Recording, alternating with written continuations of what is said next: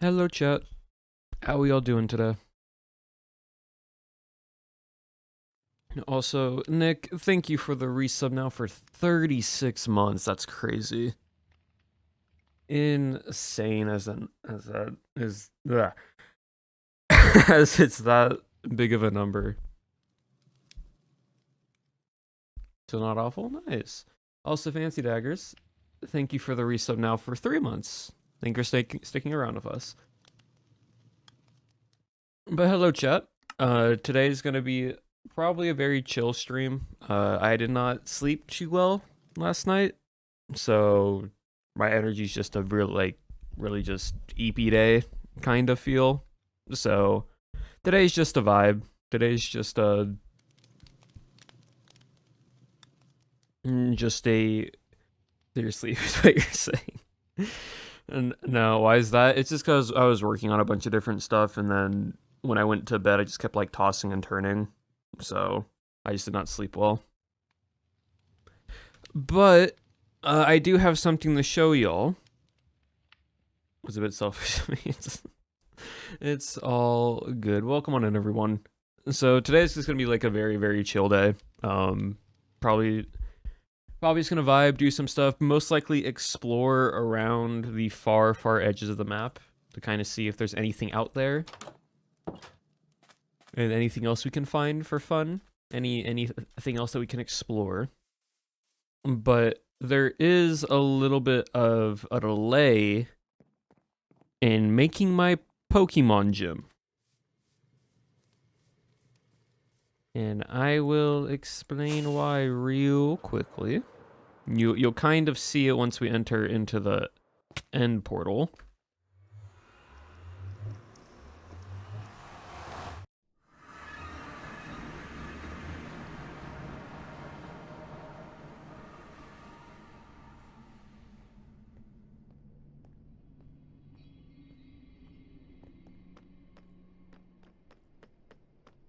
So some of you know why. Glitched, perhaps? Not glitched. Well, that Pokemon just died. If we enter here through here...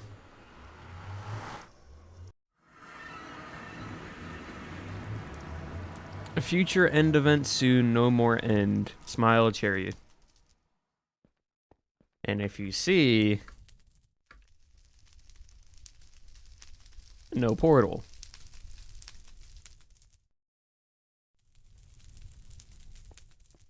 So...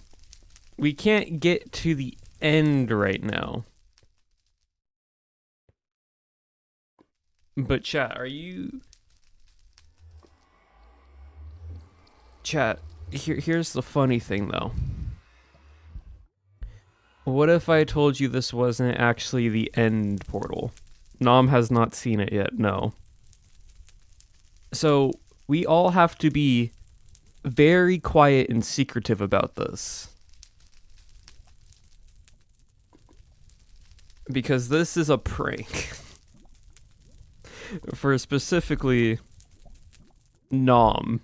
And we can't say anything. No one full name. No one full name him because he can see chat. Because he has pings for chat and we gotta be quiet about it. Snitches get bed bugs. Sheep don't peep. Snitches get bed bugs and so on and so forth. We had 1 hour left on the server or on May's subathon yesterday. It doesn't matter if they get deleted, he still gets a ping notification. And it's not to fully add it to a block terms question. I mean, we could real quickly add it to a block term. I don't know if it might be a block term for temporarily right now. If we want to do that, mods. Y'all can do that real quickly. But basically, me, May, and Pan, Legs, Rusty. For May's last hour, we hopped on and we wanted to like do a fun little prank on Nom. And what it was is that we moved the end portal. And what I mean by that is this isn't actually the end portal. We recreated the entire end portal just a whole 180 degrees from it. I broke the nether portal. I redid the entire jail cell hallway. Everyone else redid all of this. And then I got Cherry permission for Cherry to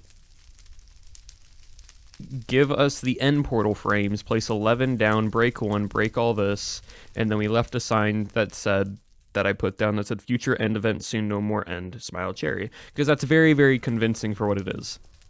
It's not supposed to be like a deterrent to go in the end. It's entirely just a confusion, because Nom uses F4 free cam, right? The thing with the end portal, and we really just want to get his reaction. The entirety of this is just to have the Irishman react to this. Hello, Peeporp. But the end portal's there. We encased it entirely in blocks. So you have to be very, very specific on where it's at. And it just gives us also another reason to actually make a proper end portal room.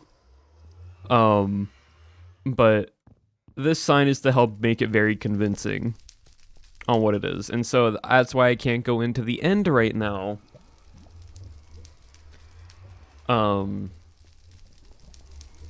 Because it's blocked off. So there's that. But I want to ask, also Appo and Cherry are in on this.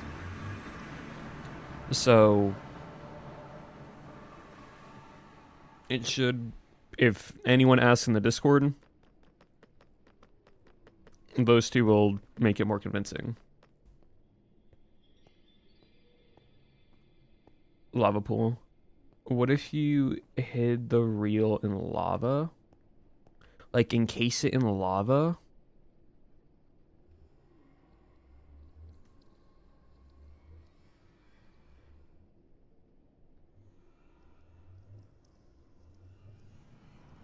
You know, that's not a bad idea.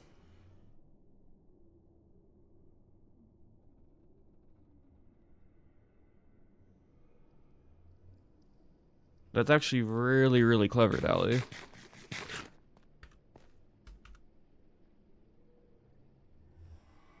You know what? Yeah, why not? Let's do it.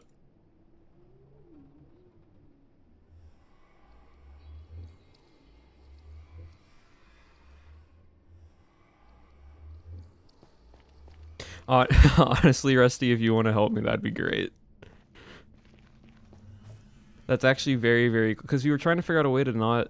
it show, but yeah, hide in case, like, making a little open lava pool area.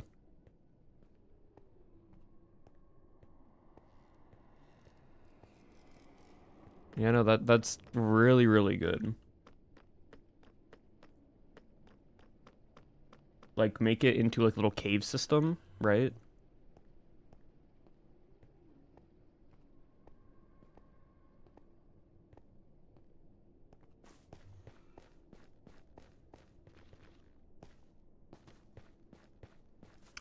Alright, let's go get some lava. The song is scaring me. It's all good. It's just Pokemon.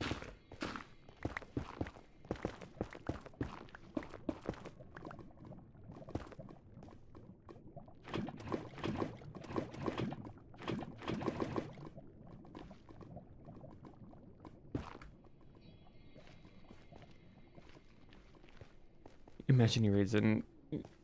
He's practicing on the practice server. He's gonna be there for a little bit.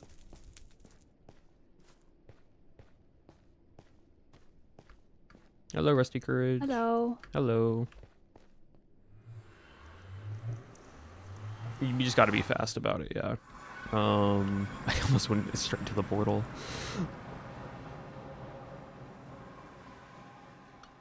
Hello, chat. So let us do this real quick. This is such a clever idea. It's extremely clever. It's extremely smart. Yeah. Hold on. Let me do something real quick just to make it easier for chat to hear. All right.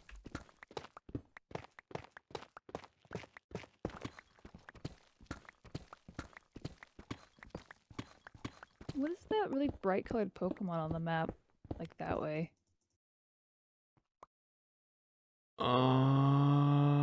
Which one? Oh, it's for the Terapagos turtle thing. I want that. Oh, a Trapagos. Alright, so here's the portal.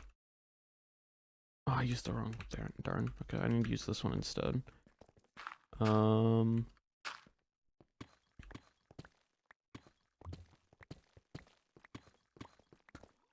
I need to get more like deep slate, so if it's in not cobbled variant, so I can actually do this correctly. Ooh, I don't have Silk Touch. No, it's fine, I can grab it. Because we're just making a little tiny cave, that's all we're doing. Yeah.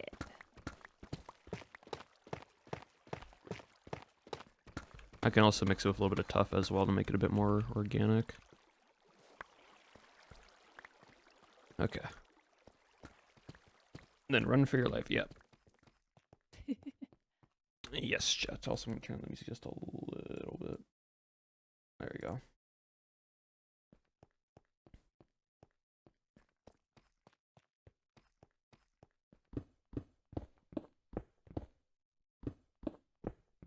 Now, we basically just encased it all in cobblestone, which hindsight 2020, but if I do like a little if I fill all this here,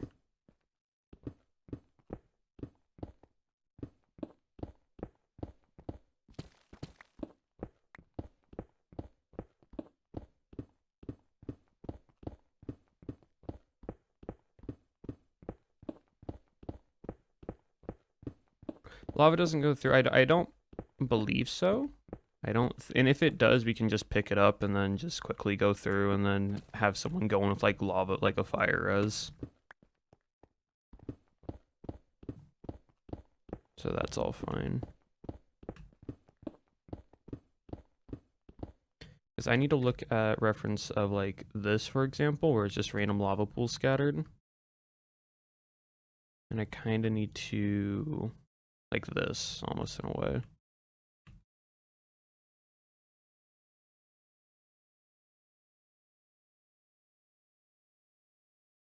So here's what I'm going to do. So I'm gonna like break this open a little bit.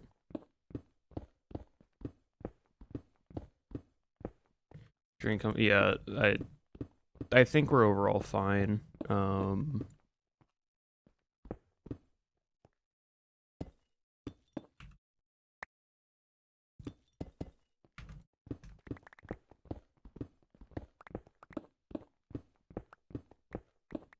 Alright, so what we will do first, because the bottom layer doesn't matter too much, it's more about these side layers and everything. We'll just break on the sides and then we will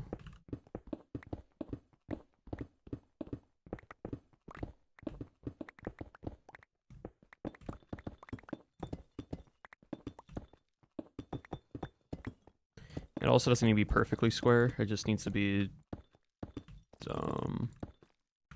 more of this, the deep slate and stuff like that. And then how much, I'm gonna go and just mine a bunch of deep slate. If you want to like just make it a little bit of a cave, not like a cave, but like a little bit of a thing, because we'll basically fill everything at like this height and above it. So okay, so we're filling it like at this height, and then above it's like a cave shape. Yeah, sort of a cave shape. I'm gonna get more deep slate to kind of fill it all in. Okay. But yeah, because what we will do is get lava, put it like here at the bottom, and then go from there. I'm actually gonna place the lava down first underneath it, just so we can get that done with. Okay.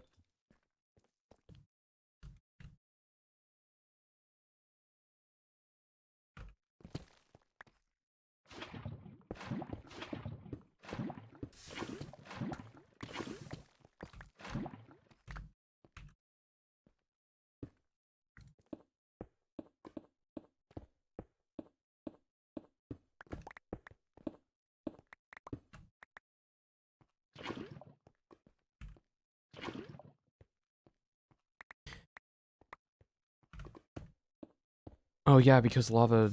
Yeah, no, literally, it actually blocks it entirely. Yeah. Okay, cool.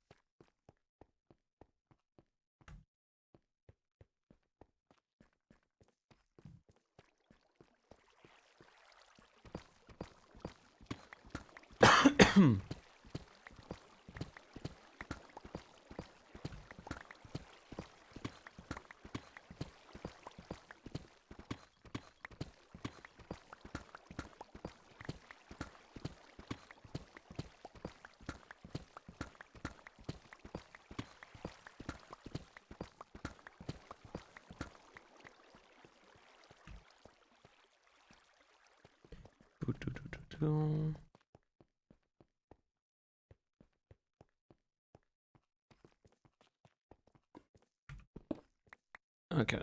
Um.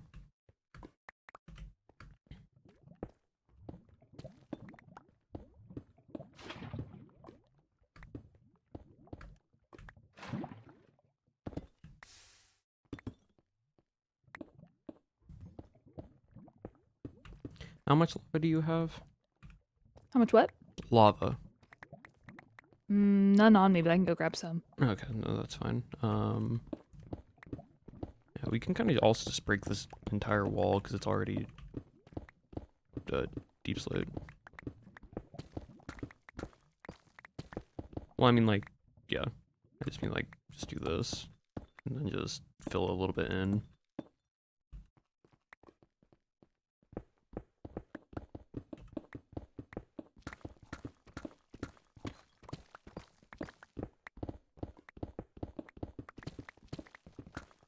May, one of my chatters, Dally, suggested that we can put lava over the end portal to block it, to where if you go in F5, it doesn't show anywhere.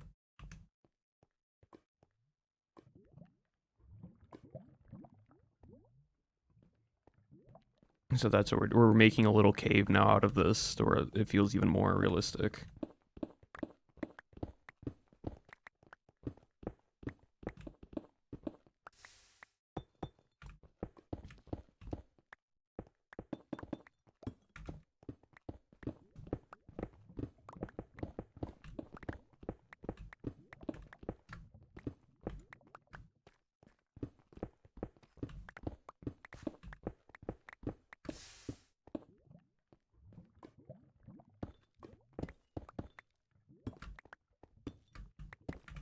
Okay, and so then we need to go up like this.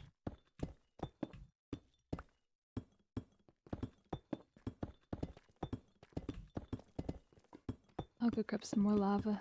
Okay.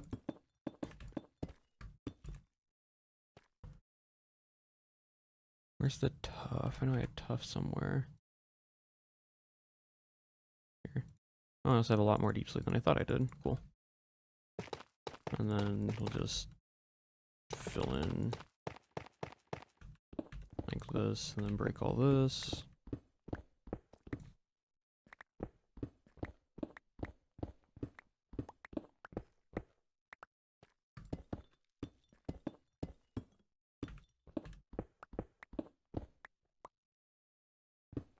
Y'all are with your stream streaks are getting super high up. That's actually crazy.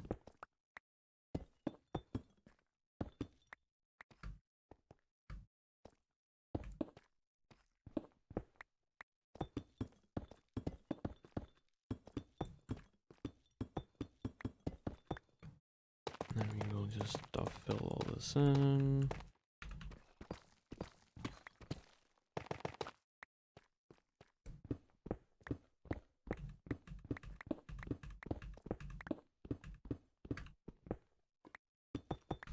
Because the only thing we have to do is just make sure that none of the exterior blocks are showing.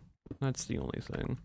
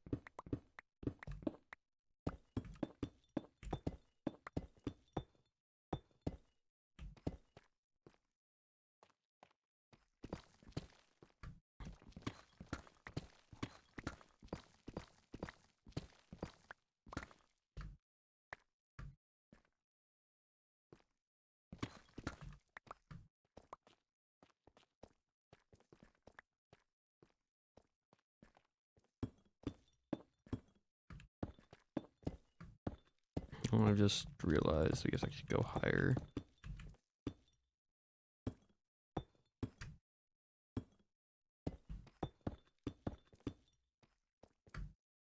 Okay, so I think what we're gonna have to do, right, is Mhm.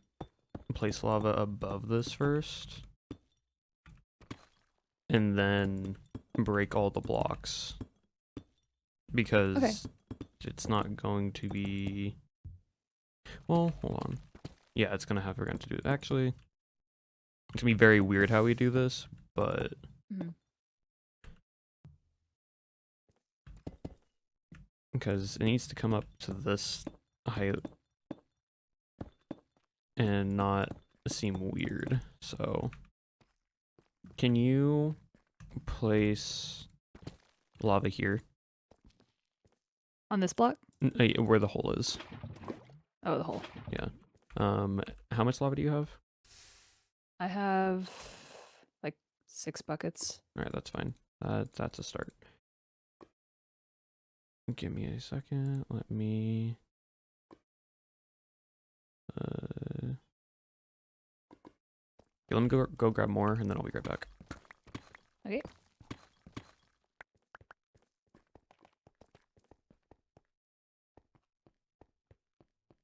And just place on top. Yeah, well, that's what we're doing. That we're just gonna place it on top first. But I want it to fall downwards because I needed to make it all flat. Because there's no lava that has like flow onto each other unless it's like custom made. And we don't want to make it look custom. We want to make it look like it's all one flat layer.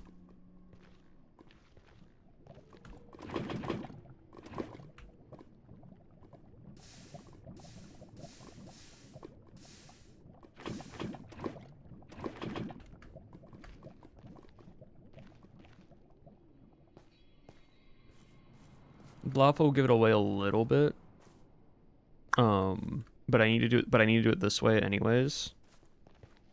Because if I need to then fill in more lava afterwards, I just need to get it on top first. Every single time, I think that's the problem.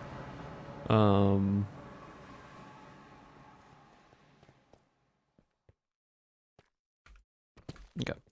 So one there, one there, one here, one there, one there, one there,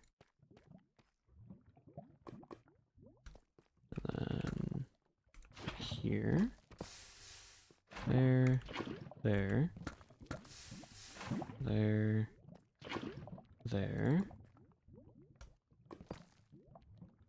If you want to place one here, cool. And then if you want to fill in all these little spaces there, I think that'd be fine. Okay. Cool. Give me a second. I just need to break all of this real quick. Okay. I go get more. Yep. I'm also gonna get more. But for now, I need to make sure that it's fully covered. Yeah.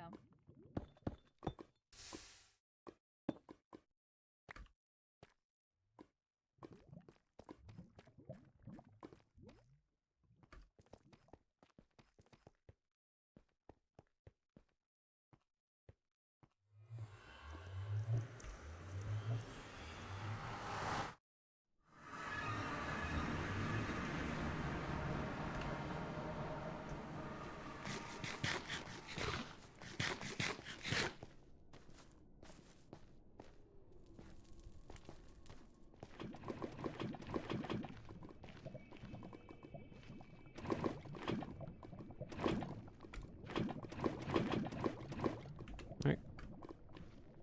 There we go.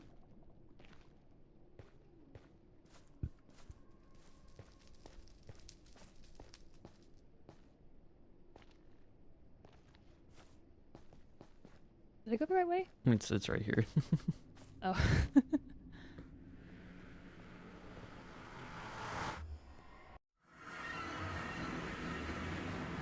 I mean, hello, what's up?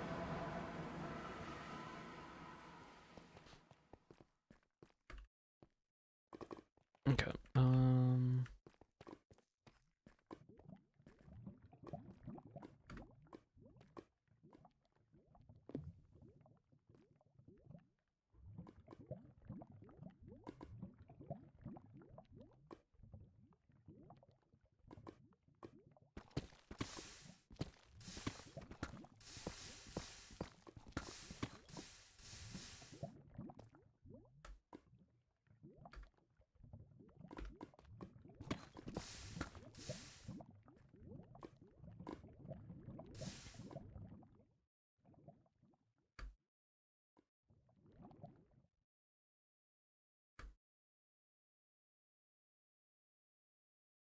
Yeah, honestly, that's not too bad.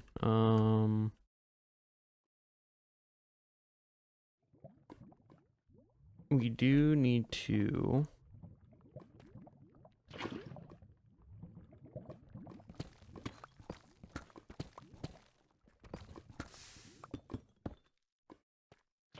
There.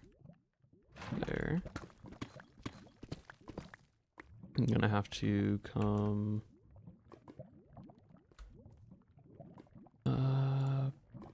back.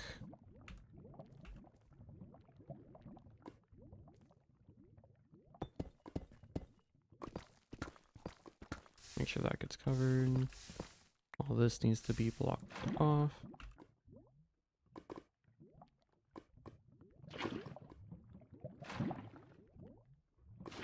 Cool, like that.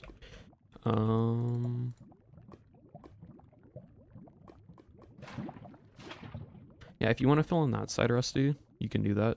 Okay.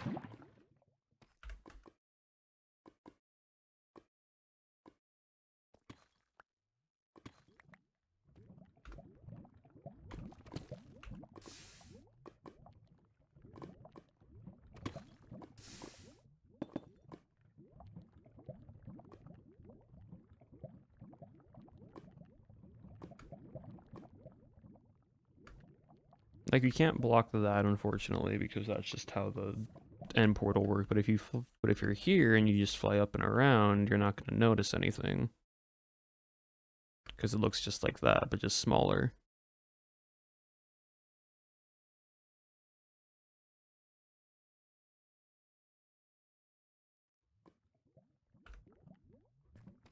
What I am going to do...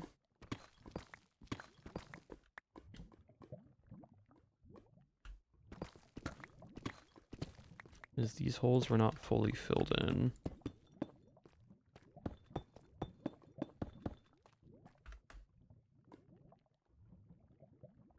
And so to make sure it doesn't look any more suspicious,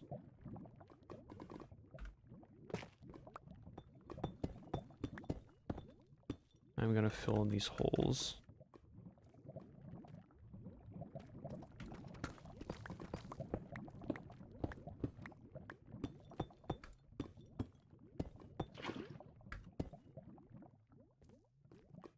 Yeah, we're gonna have to place a piece of lava, I think, here. Like right there. Where all the lava's flowing inwards. Right on, like, there? That didn't... Mm. Oh, it's because there was no block there, then you can place one on top. There we go. And we're gonna have to do the same thing for... there. Right there, on that one. Where the... Alright, let me go back and...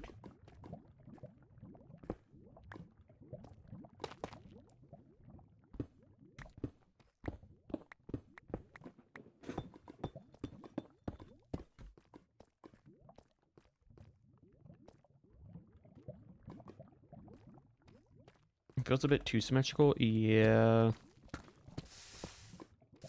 We'll break this up a little bit like this, and then we'll fill in stuff on that side.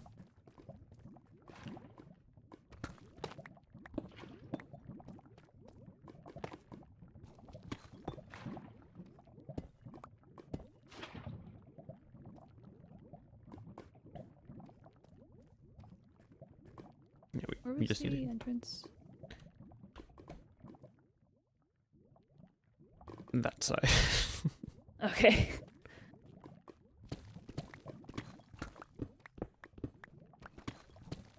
Right here. Cool. You need to get more lava. Yep. It's hidden to a point. There is some angles you can still see it at, chat. It just depends on where.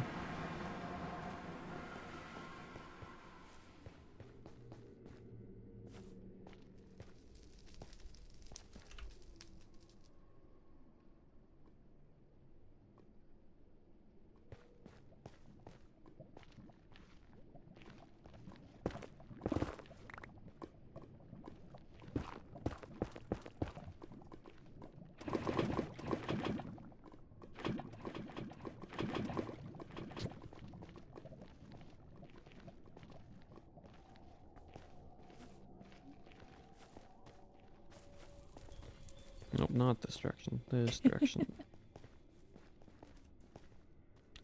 Right through here. Why any of them portal? Little silly prank for Nom. It's more just a silly prank to Nom, that's all. You just want to get a funny little reaction.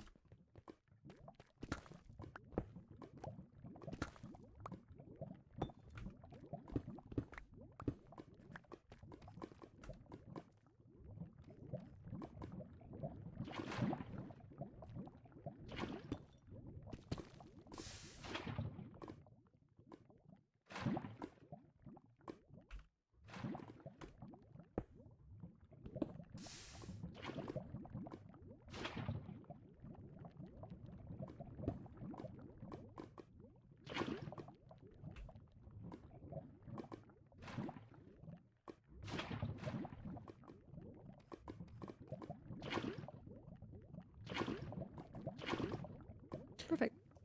Cool. How does that look from? Looks convincing to me. Pretty. I'm in F5 to like fly around and see. That's what I'm trying Yeah, I'm to. in F4 as well. Yeah. Yeah, from the top it's fine. From the side it's a little, but like to be fair, if you're flying here, you're not going to fully notice.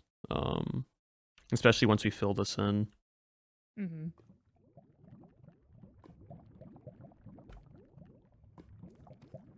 Um.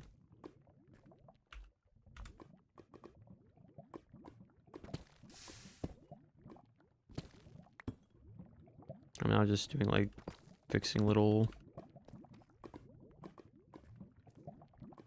spots that.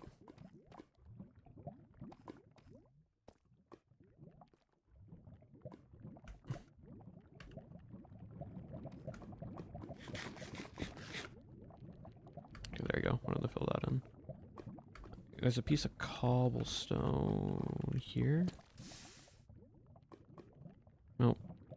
One more. There you go. Yep, you got it. Cool, because like you can't do anything about that top part. That's just how those are gonna look. Mm-hmm.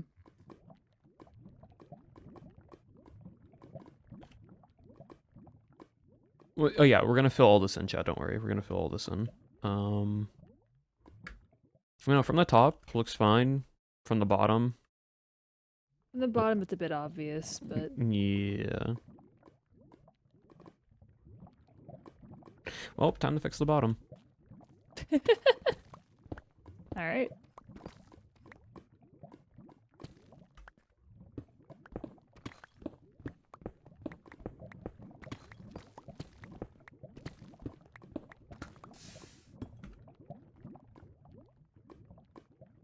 So it's more on just this side. We need to like fix.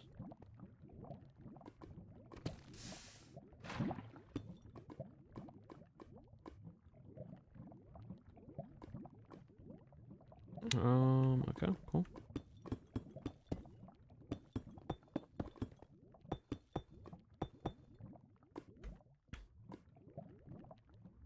And then In this direction. The corner in front of, yeah.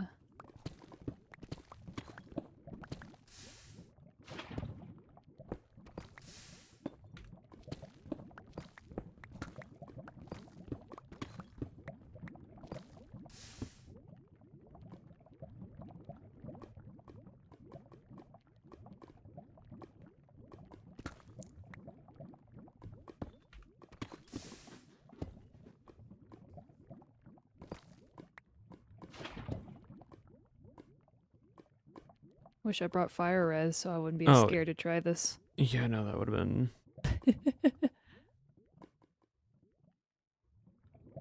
Oh, that's better. There's like, I need to fix this corner on the other side now.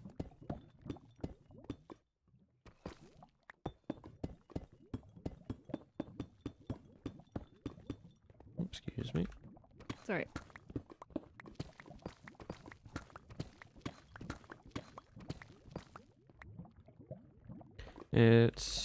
Yeah, it's this corner right here.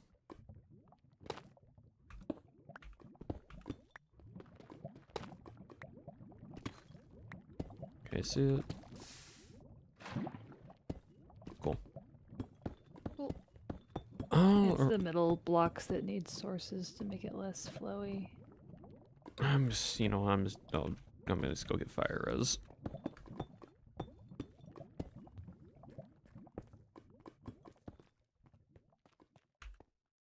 Do you have magma cream?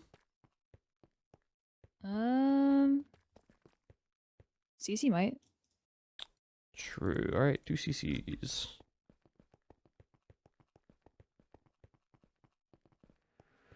Actually, I'm gonna message Shauna and see if they do.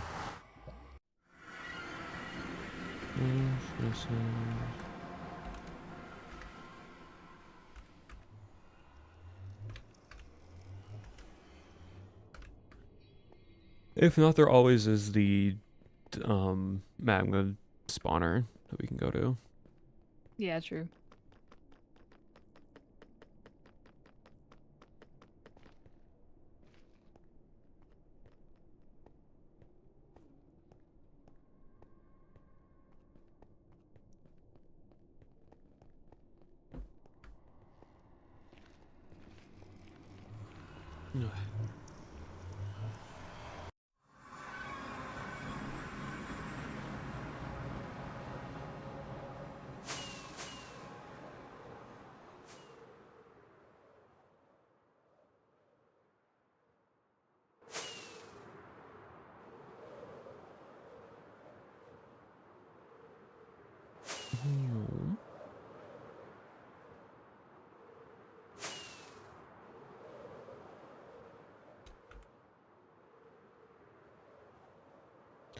Yeah, unfortunately, no magma cream.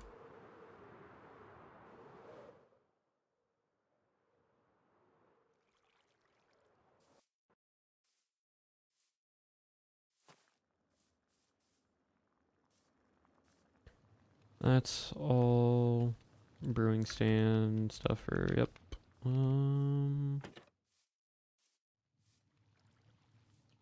I got some. Oh, you got some? Cool. You can borrow one of these. Where's the... Do you have another wart?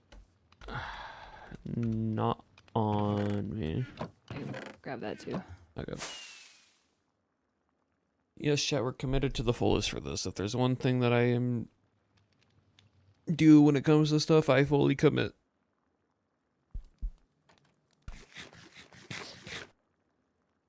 I fully commit and I leave no evidence behind.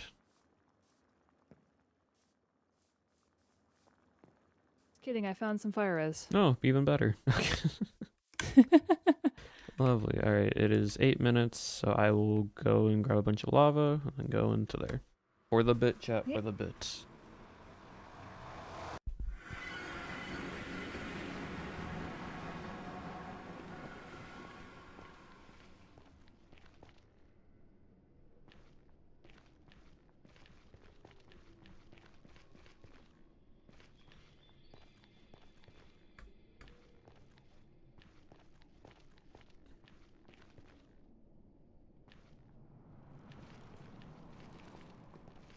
I'm gonna be so honest, how do I get to the portal from here?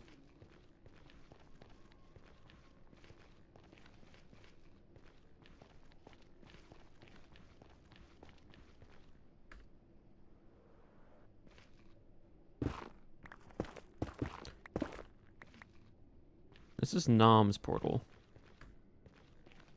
So, no, this is Nom's portal? I don't know if this is Lagundo's portal. What's this direction then? It's fine, because we just run through here.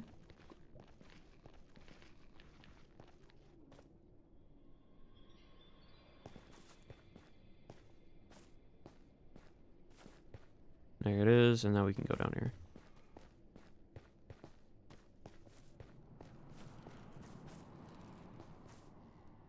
How is people? People is doing good. People is doing fun little prank.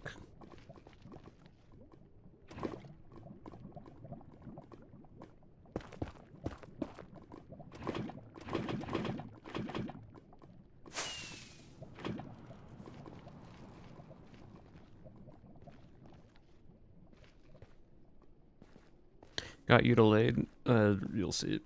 All right. I think this should be in. Oh, the Rusty's already there. Little prank, little funny prank.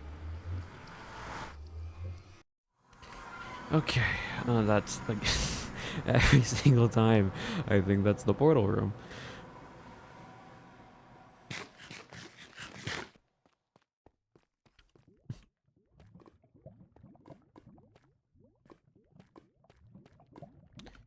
So we gotta be careful for two things. One, I just gotta make sure I don't go into the actual end portal when I do this.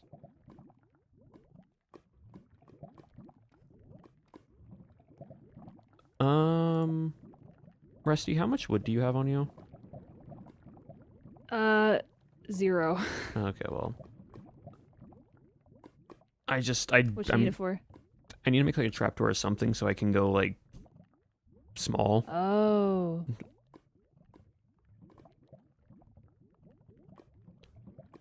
Could make an iron one.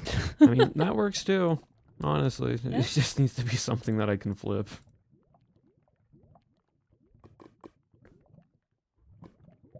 Wait, that's not the... What's the iron recipe for a trapdoor? 6 iron. Oh, it does the iron bars. Hold on.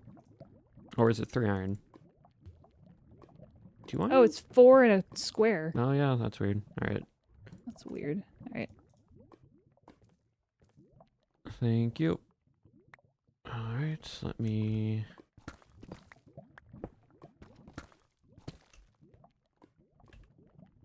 And you get to a level that is the... That is here.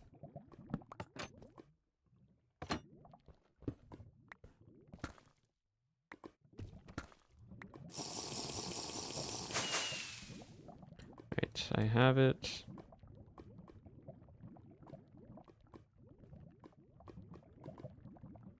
Okay, cool. There we go.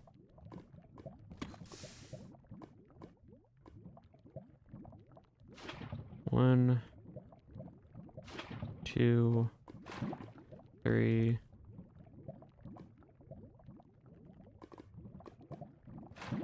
4.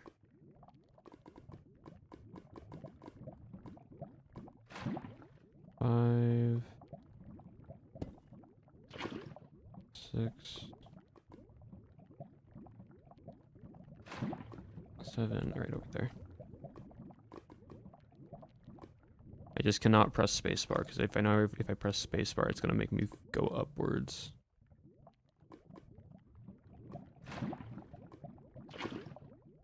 We all good?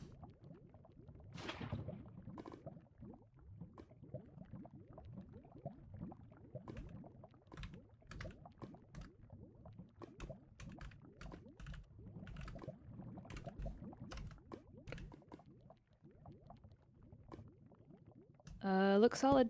Okay, cool.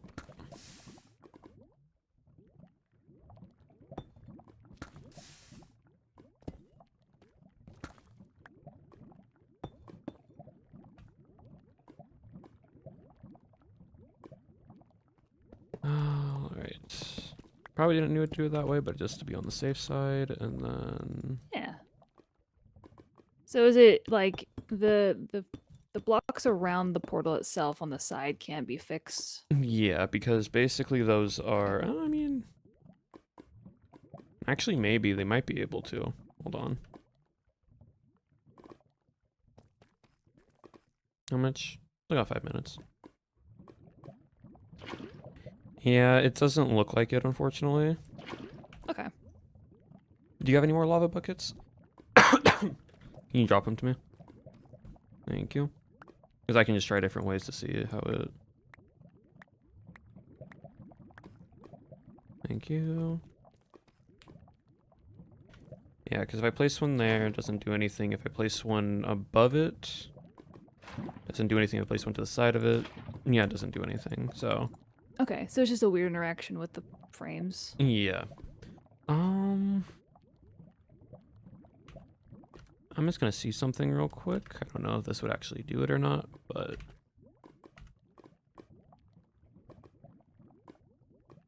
Darn it. There's no deep, like, normal deep slate bricks. That's sad. Or, like, slabs. Hmm. There's cobbled variants, but that's gonna stand out. Yeah. Because if I do... I got 4 minutes. If I put something above it, yeah, no, that just does that. Which does not look good. So. Alright, cool. I think that's it then. Cool. Awesome. Chat, how does this look? What do you think? This is a convincing lava lake? Lava pool area? Just like randomly in a cave? I'll actually make this, Perfect. yeah, there we go.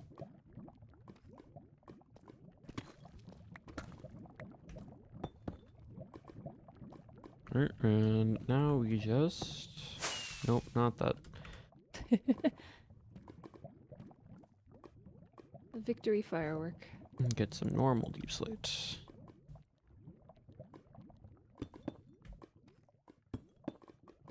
And then I cover every little gap in here.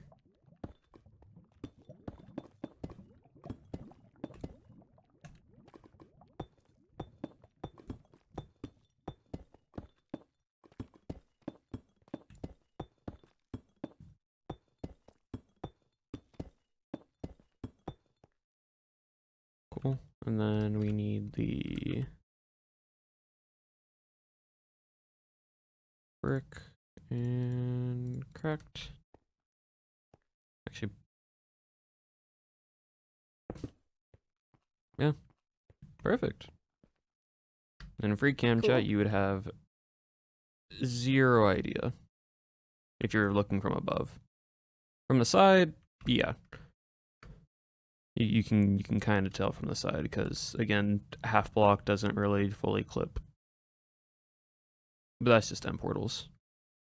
But from above, you have no idea. That just looks like a random lava pool just dead center. I wonder how long it'll take him to find it. If he looks. Probably a few minutes, not something super long. But Yeah. the main thing is... Oh, here you go. Here's your buckets back, by the way. Oh, thank you. The main thing is just the... I think overall... Like, when you come in here and you see the sign... Yeah. And that's... Do you think he'll give up immediately? No, I don't think he'll give up immediately. I think he'll just have a funny reaction to it. Was there a plan for today? No, Dally.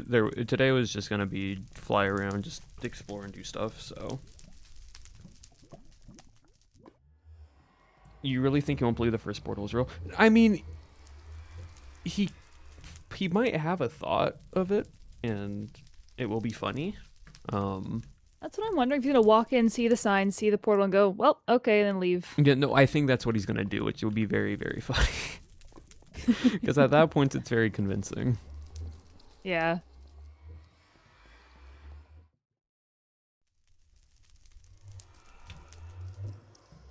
But yeah, so all good though. But all right, thank you, Rusty, for the help. I appreciate it. I'm Yeah. gonna go and fly around and explore the outer edges of the map now.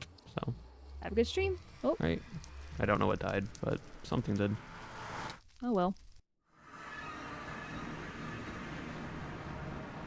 We'll actually see this.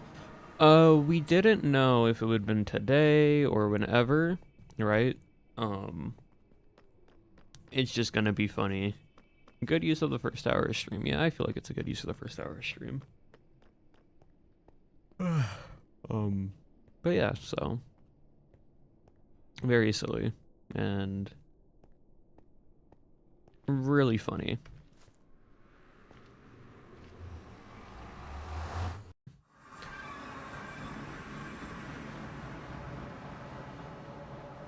Note, I am a man of many things, and one of them is definitely being committed to the bit. It's already been an hour? Yep, that's what happens when you do something. I did see something I wanted to go check real quickly. Hold on, let me... I have so much extra just stuff in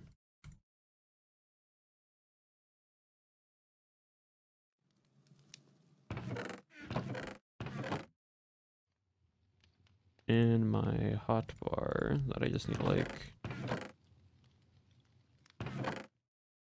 get rid of for the time being. There we go.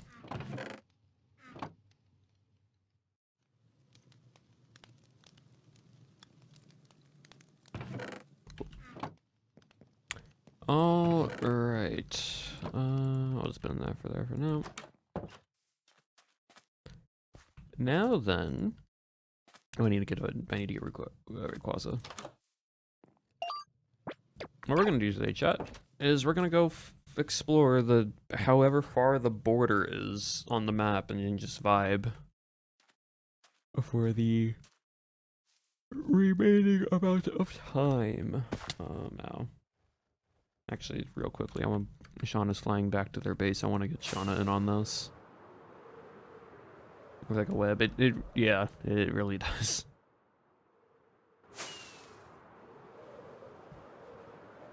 Adventure time. But first, let me go show Shauna what we did to get Shauna in on the bit.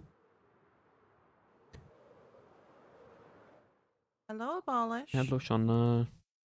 Hello. Hello, are you live right now? No. No, perfect. Alright, do you want to see something funny? Okay. Alright, follow me.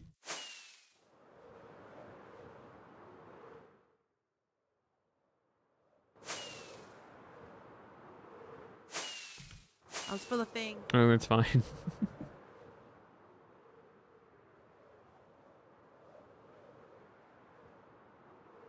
So uncomfortable.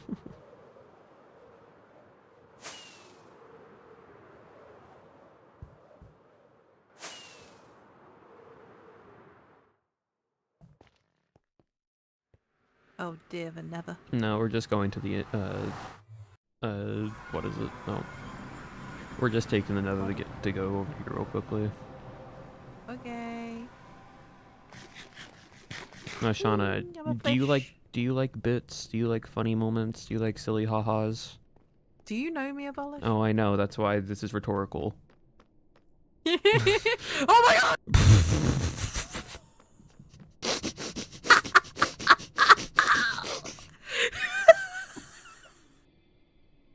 I thought you were about to go. I thought you were about to go splat with kinetic energy. I nearly died. I nearly died. That would have been so funny. I'm okay. That would have been so funny.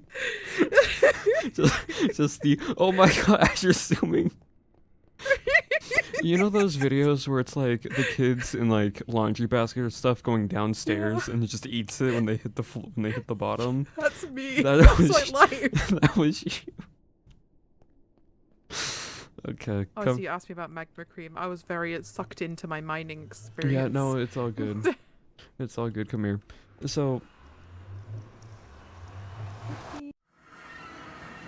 do you know anything different about the portal room right now?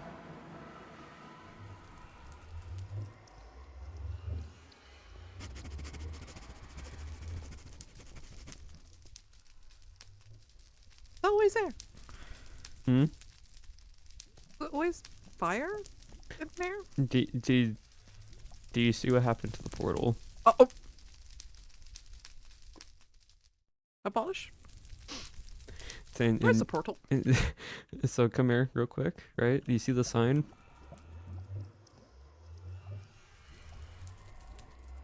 Oh. Now, Your Shauna. honey. Yeah, no, Shauna. What if I told you this was all a prank and this actually isn't the portal room and we're doing this to mess with Nom?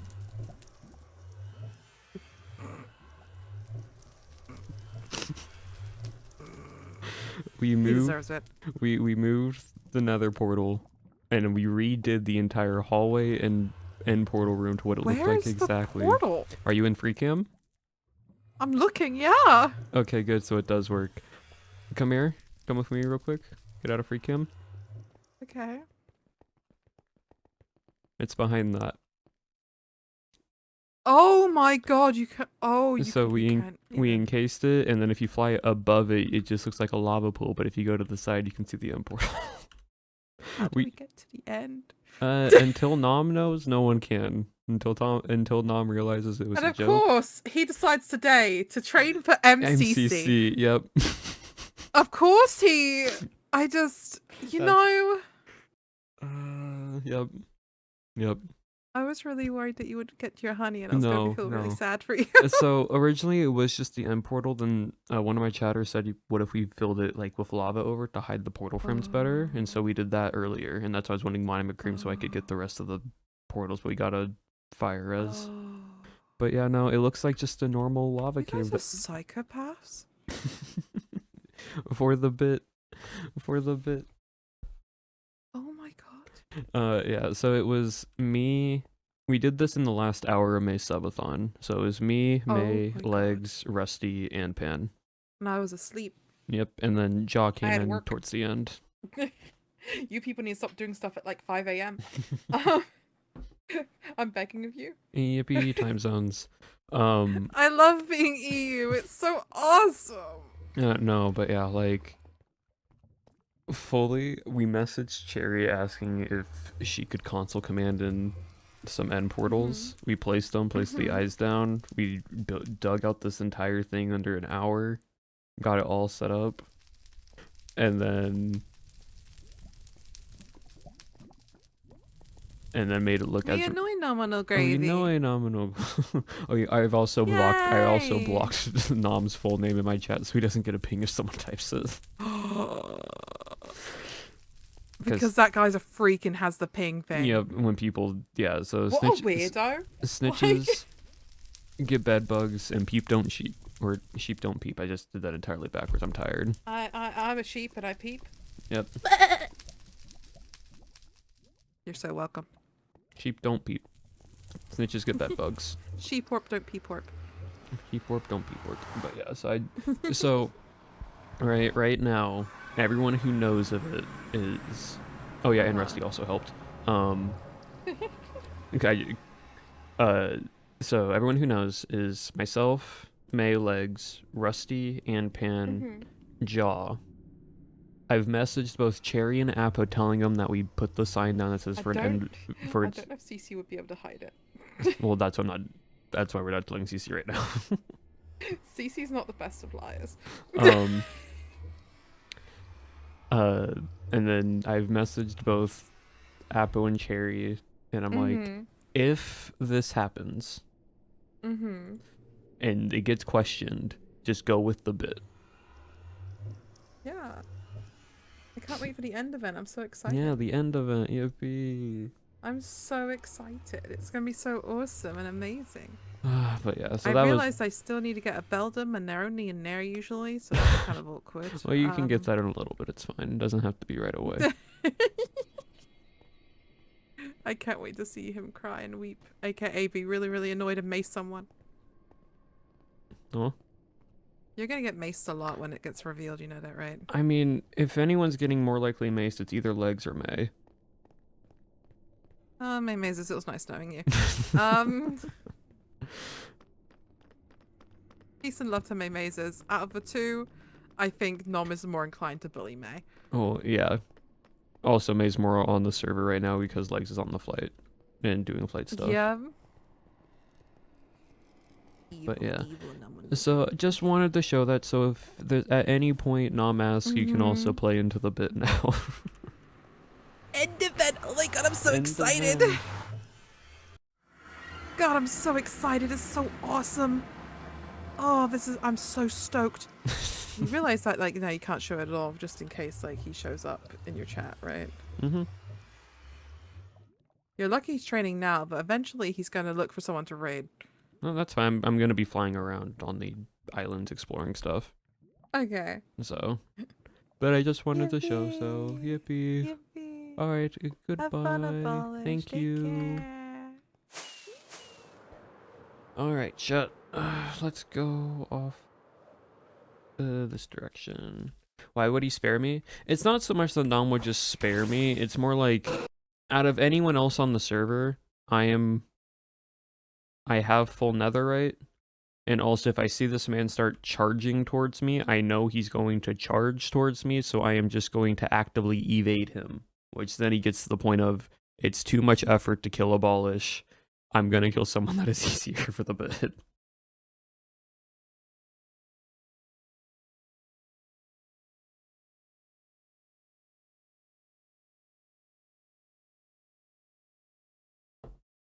Honestly, what I should do, which would be so funny. I am just annoying to kill, yeah. It's not so much like I would kill Nom back, because we're just both the netherite, and ultimately he has all the experience in the little XP jar that he has to continuously repair his armor. It's called choosing your enemy / target wisely, yeah.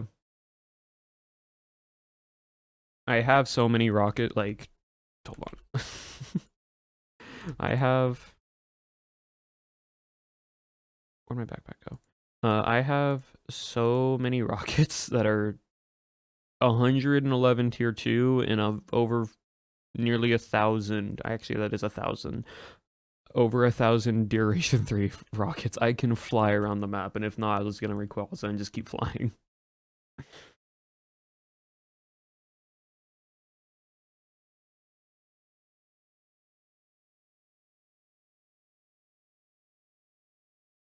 I was just so what happened was I was AFKing for a little bit, chat, and then I walked over for my PC, and I was gone for a few hours. Came back to almost a double chest full of gunpowder, and I yoinked it all, and then I just made it into rockets. The one downside about freaking Rayquaza is just how big he is, and every time something happens, his hitbox collides, I fall. Nope, we're going the wrong way. Are we going the wrong way? Yeah, we're going the wrong way.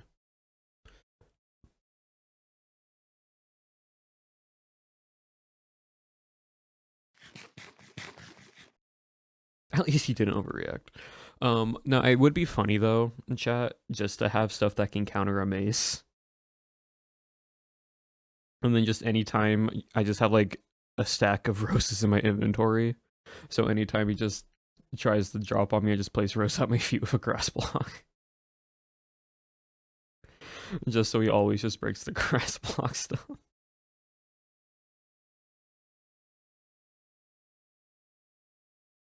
Or a spear could work. Yeah, but I think it's more funny if I'm not actively trying to kill him. He just keeps having to deal with me.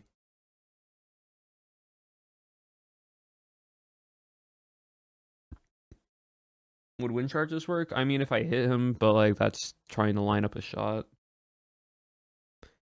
Because like it's like, oh, nominal grave, he's falling down from the sky. Okay, place down roses.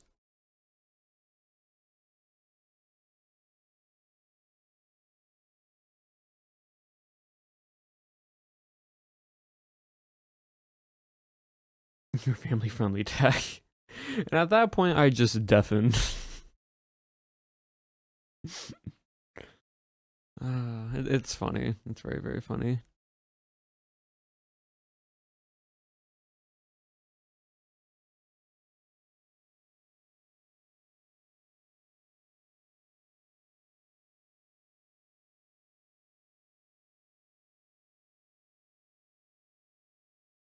Look, just you're doing gardening is bad timing. Yeah. We are. So, chat, the goal is we're going to go to the very edge border, how far ever the border is, and we're then just going to fly around to see, because we can get to there. I don't know how much farther north we can go, but it might be like the here. Because I'm guessing, because like 15, if it's 15,000, we go all the way out to here then. It's like all from like here to where I am here. That is a good chunk distance. Oh, you stopped moving.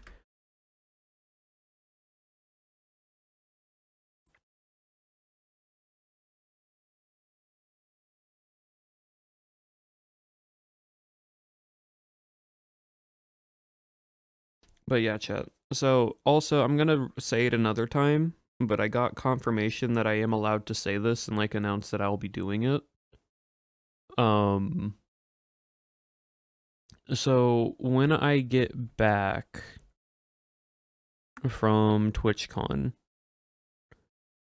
we will be participating. When will be my next stream? Hold on. After I get back. So that Monday and all throughout the week, but starting that Monday on June 8th, chat, June 8th, up to the 14th, okay? So basically that entire week, we are going to be doing and participating with the American Heart Association and do a fun charity stream, and then also continuously have the charity stuff linked for the entire week. So when we get back, we will get to have fun with that. So if you want to donate to a good cause and also make me go through some stuff, then we'll have fun.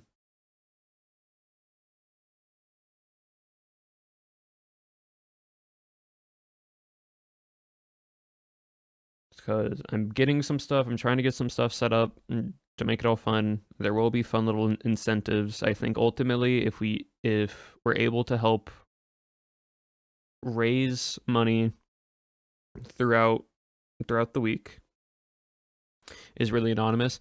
It's more like I have some ideas of like playing certain games, and y'all get to sabotage me while playing those certain games through like donations and whatnot to the charity, and like so on and so forth. I won't exactly say what, but it's fun thing. Also, Entari Raiders, welcome on in, Raiders. We're just exploring Cobblemon and talking about a charity thing that we'll be getting to participate in. But welcome on in. Hope you all had a wonderful stream. But yeah, and I think also, chat, I'll think about doing it, but I don't know how the incentives fully work in it. I don't know how like the XYZ goal type of stuff exactly functions in that way. But if we reach a certain goal, once I get more information, I'll possibly play like a horror game or some game that y'all want me to play as like a fun thing for stream, as well, just for like a thank you for helping charity. So I don't know if it will be a horror game. It might just be a game that y'all want me to like try out and play, but fully down to like try that. Subnautica 2 possibly could be that. Possibly could do that. We'll see. We'll look into it. And then also, chat, I'm not so much going to be participating in it directly, but I will be promoting when I get back for the weekend before that. I'm going to be promoting on my stream what is it exactly called? Streamers Against Cancer. And a creator by the name of Jack has been doing a charity event to basically, in honor of Technoblade, continue to raise money for sarcoma research and so on and so forth. And so he reached out recently and asked if I wanted to help like promote it and such. And so I said yes, of course, because, you know, techno was a big part of my whole stuff as a creator. And so that'll be something I also have a link to once that charity event. What happened? How did we get fully turned around? But that's another thing. So Technoblade never dies. But yeah, those are two things that I got asked about, and I will be promoting them and have a link and such once it goes live. But I'm not able to do the one with the sarcoma one entirely because that's like right when I get back from TwitchCon, and I'll be jet lagged as all can be. And so if I most likely do a stream on that time, it will just be a very chill stream and just continuously like promoting it that way. But the American Heart Association one I'll be able to do fully. So, two fun things that are coming up really soon after I get back from TwitchCon. So,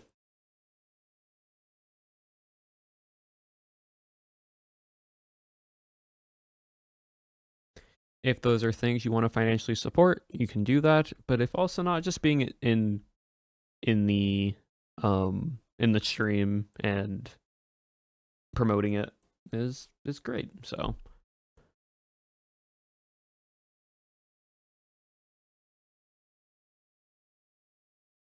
yeah, they're fun. I don't normally do them just because I don't really figure out how to do it on my own. But usually when someone reaches out, like an organization or another creator asks if I want to participate in one, I usually say yes. So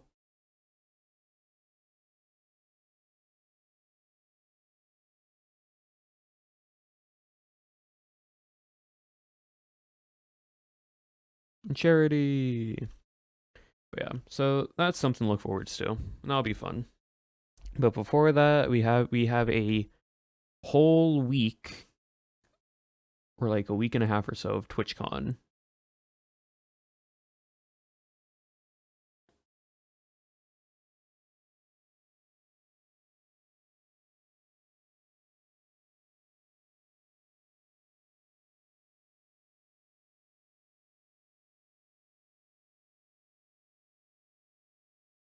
I can catch. Well, that's all good. It's okay if things happen and you're not always able to catch streams. But as long as you make an effort and you stop on by once in a while, and this goes for everybody, like if y'all just stop on by once in a while, I am more than glad that y'all took the time to just catch a stream of mine and just see what was happening. Ow. What's this house?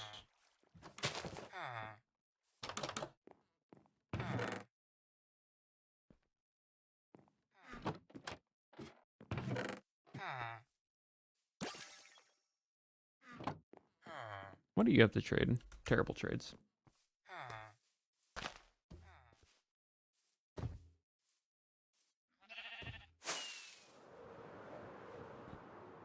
Anything interesting? Not really. How far are we out right now? We are 12,000 out. So we are actually beyond and past the edge now, chat.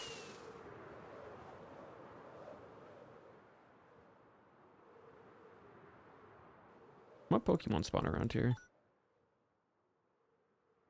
Something has to spawn around here. Oh, Jirachi can spawn up here. Oh, that's cool.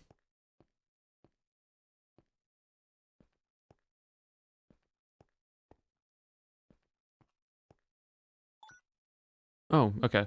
Arceus can spawn up here, of course. Metagross, Dialga, Palkia. Cool.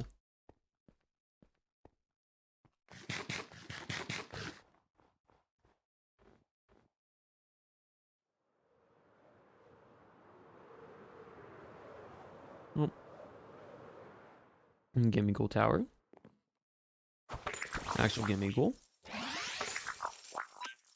It's ironic that most of my Pokemon now, just from continuously fighting, has gotten to the point of you're almost level 100. Idol's already level 100. What are you? Oh, you're a Braviary.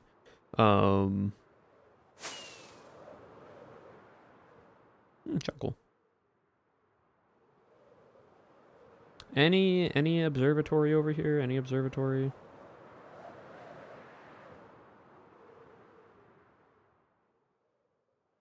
Doesn't look like it.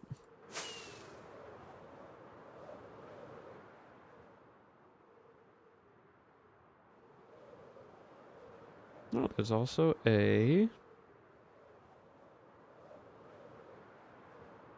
Now the question is there another Wishing Star stone thing?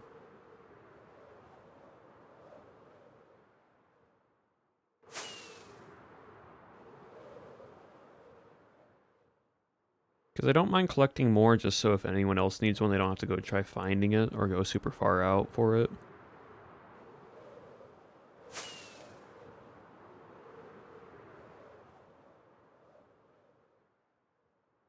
But it's crazy, though, that, like, there's not a single one here.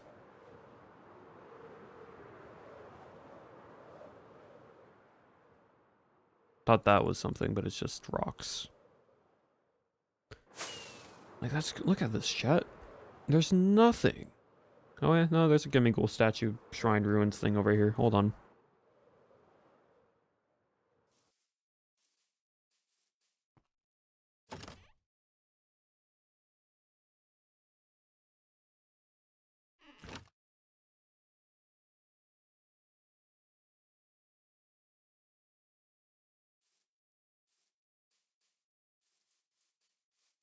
Like, that's crazy, though. This whole island, and not a single Wishing Stone, or Wishing Star thing on this massive dark forest. Crazy. Absolutely insane.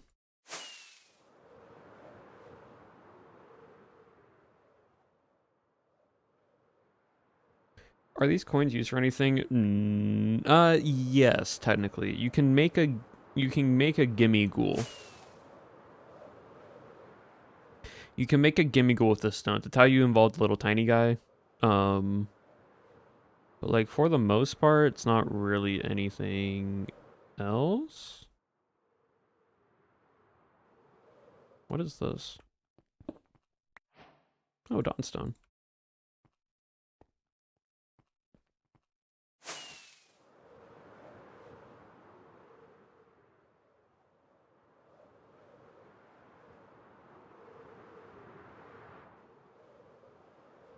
It's only unfortunate. Yeah.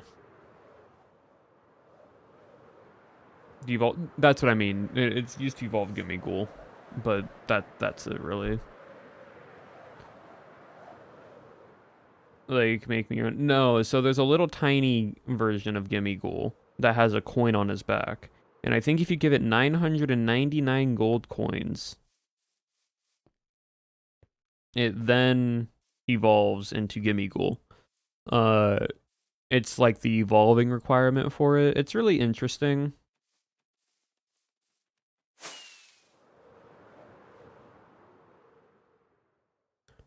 Into Golden Go, yes. It was very tedious in Pokemon Scarlet and Violet. Scarlet and Violet? Yeah, it's Scarlet and Violet.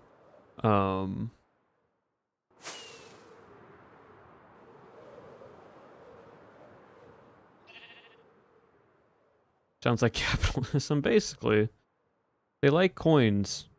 And so it was a thing where we'd have to give it that many coins in the actual game. And so Cobblemon did the same thing. And we would usually find the coins around Gimme Ghoul Towers, which are those towers that we always go and collect chests off of.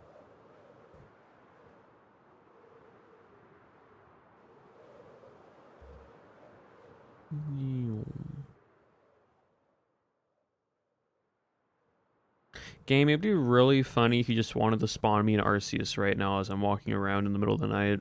It'd be really, really funny. I'm just a little guy. I'm just exploring. It'd be really funny if you did that.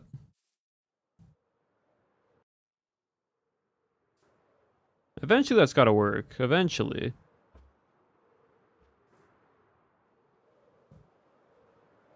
Why is there light?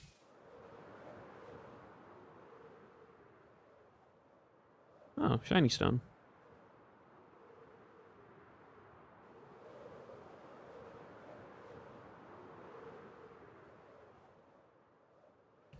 For that reason, it goes.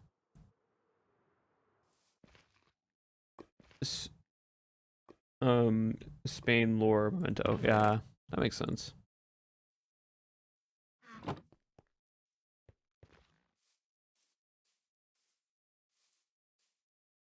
That makes sense. Ugh. I'm definitely probably gonna fall asleep early tonight. Just because I did not sleep well last night. Did not get that much good rest. Oh, hello, Tinkaton. Or Tinkatink, I should say. Oh, and it's raining. I swear it's a thunderstorm right now.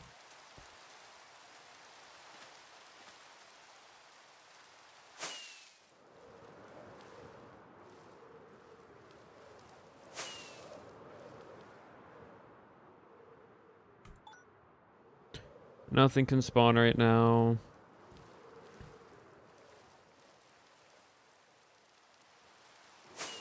Okay, there has to be eventually a border. Murder of as I call them. No, that is true. That is true with Tinkatink. I mean, just the Tinkaton line in general.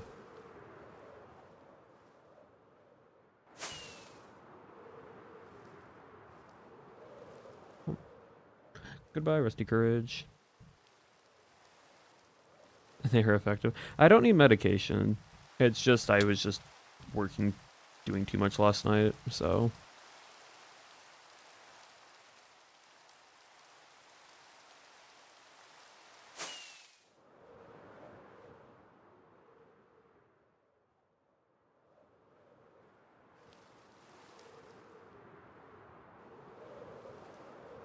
I just want to know where the border is.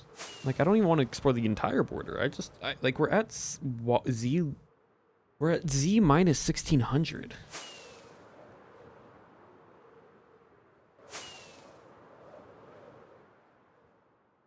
Like, there is a border. I was told there was a border.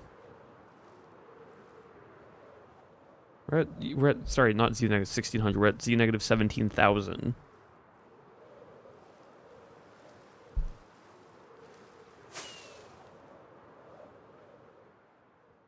Like, we have just gone in a straight line. And I thought we were just going to hit, like, 15,000 mark, like, right around here. But it's still going.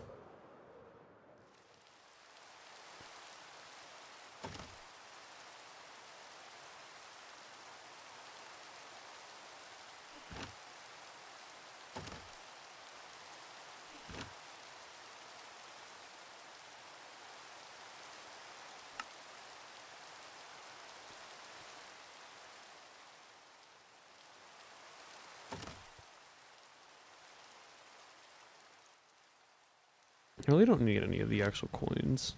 So I probably should stop collecting them.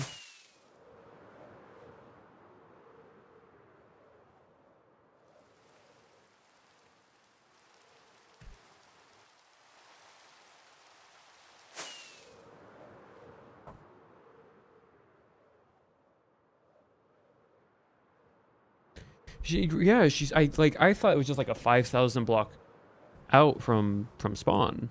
Like, just an additional 5,000 blocks out from each direction. Because originally we were at like an 8,000 by 10, like 8 to 10,000 range. We're almost at 20,000 now. Did it double? Are we now at 20,000 distance?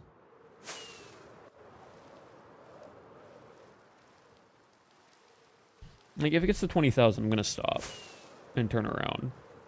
This is actually crazy. Crazy.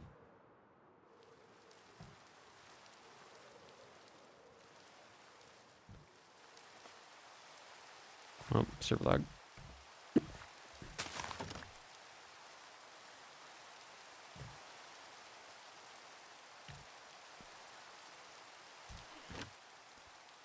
And now I have hiccups.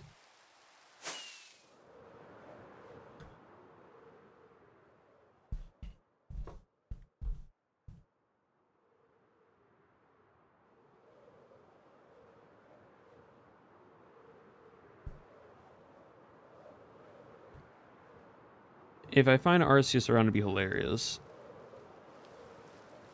Alright, and we are...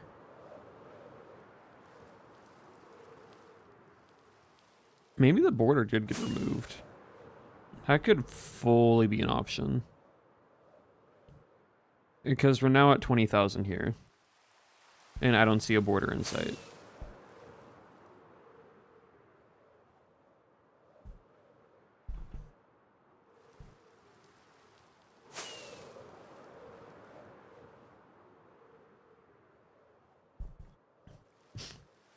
And the real Arceus was the friends we made along the way.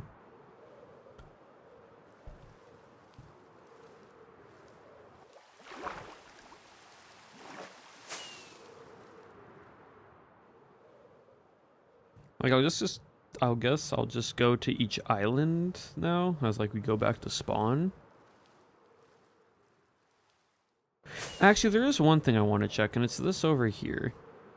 It's 21,000 blocks away. But it's this. And I've had this from day one. I just never knew what it was. But now I do, and I have not gone back to it because it was just outside the border. When the border closed.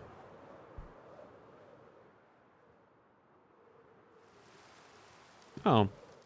Here's a woodland mansion. I don't know if it's the woodland mansion, but it's a woodland mansion. And all pillagers are in there. So, you know what?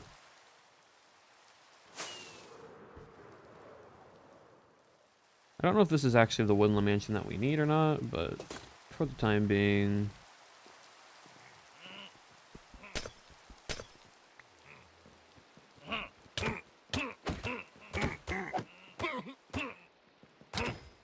I also get free emeralds.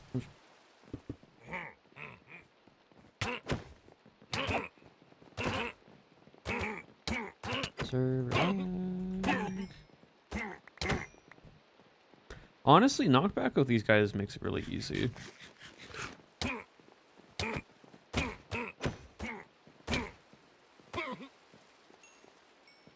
Side quest.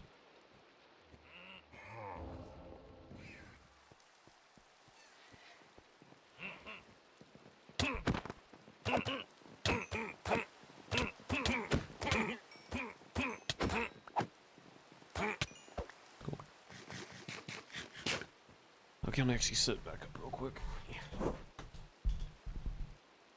Kind of slouching a little bit.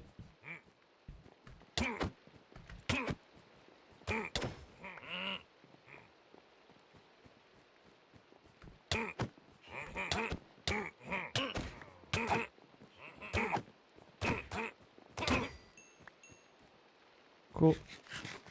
I don't think this is the one that everyone else has been to. I think this is an entirely different woodland mansion. Because all the pillagers are still here.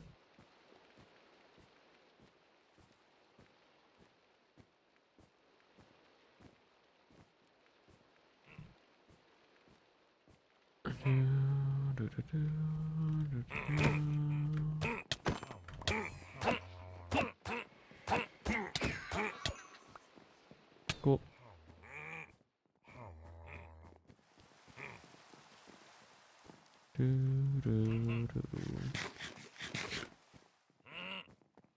Two sharpness, one without knockback, and the third one with smite. Yeah, that's fine. Like, if you're dealing with undead, do it. If you want one with PvP focus, make that. If you want one without more PvE focus, make it. Like, there's no wrong answer.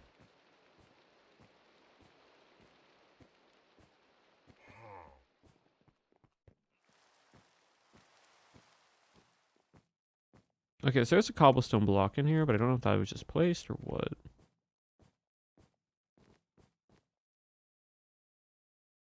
Oops, or lag.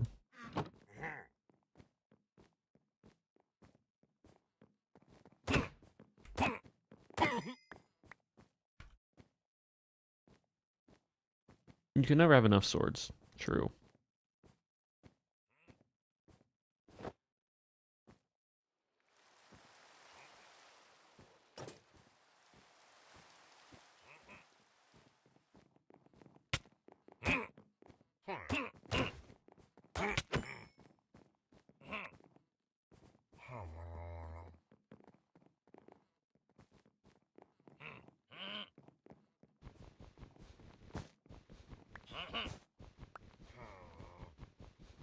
Like the dude's stuck in here.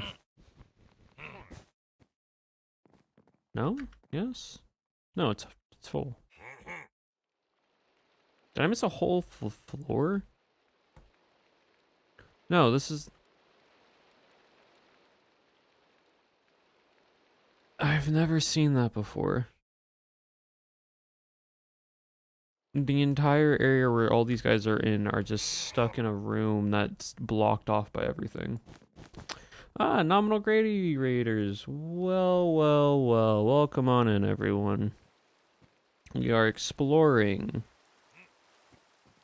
the far end regions of the map. How we doing? We're doing good. I am adventuring at the moment. I'm a little tired, so we're kind of just doing a chill stream right now. Also, Nightcat, thank you for the resub for 3 months. You.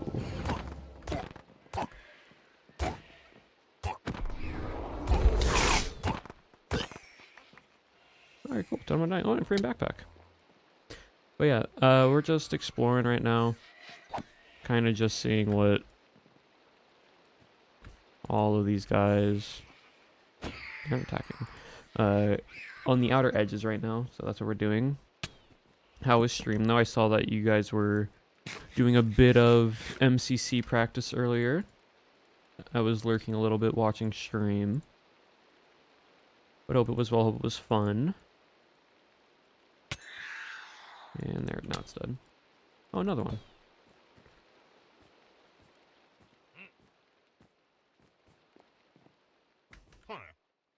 Yep, and again, this one's actually, I feel like this one. No, it's just closed. How is it closed? Brother. Yeah, how was it though, chat? Was stream good? Was it? How was the practice for MCC? Both Ace Race and Parkours, either of which is in MCC. I know, that's crazy. I saw the. Where? Oh, I ran past him. He's just hiding. I saw the roster, and some of the games I'm like predictable, but also some of them I'm like, huh.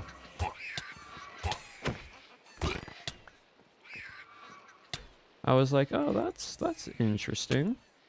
Was not expecting survival games to be on there. Because survival games, I feel you can't watch like every POV of it. Unless you're watching someone specific. But like Meltdown made sense, Hole in the Wall made sense. What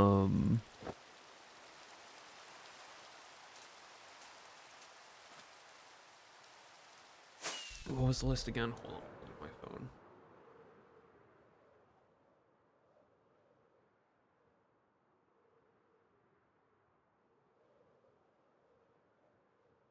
MCC.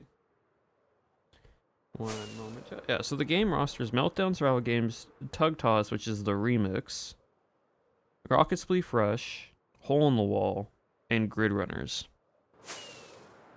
And Parkour Map. Oh, he got top 10 in the Parkour Warrior map on the practice server. Let's go. Nicely done, Mom. Also, Tracy Kitty, thank you for a community gifted. I thank you for that. I appreciate it. But yeah, so I'm curious how the remix is going to play out. There's windmills and such, so I think they might have done something more towards, again, to a theme of Rotterdam and so on and so forth. That's my guess. Our first leaderboard called to me. That's all good. And top 15 on Ace Race, nice.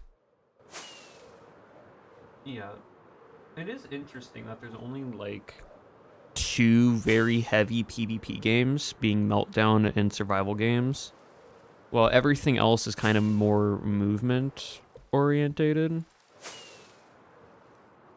That was interesting. How's Pixelmon going? Cobblemon's going good.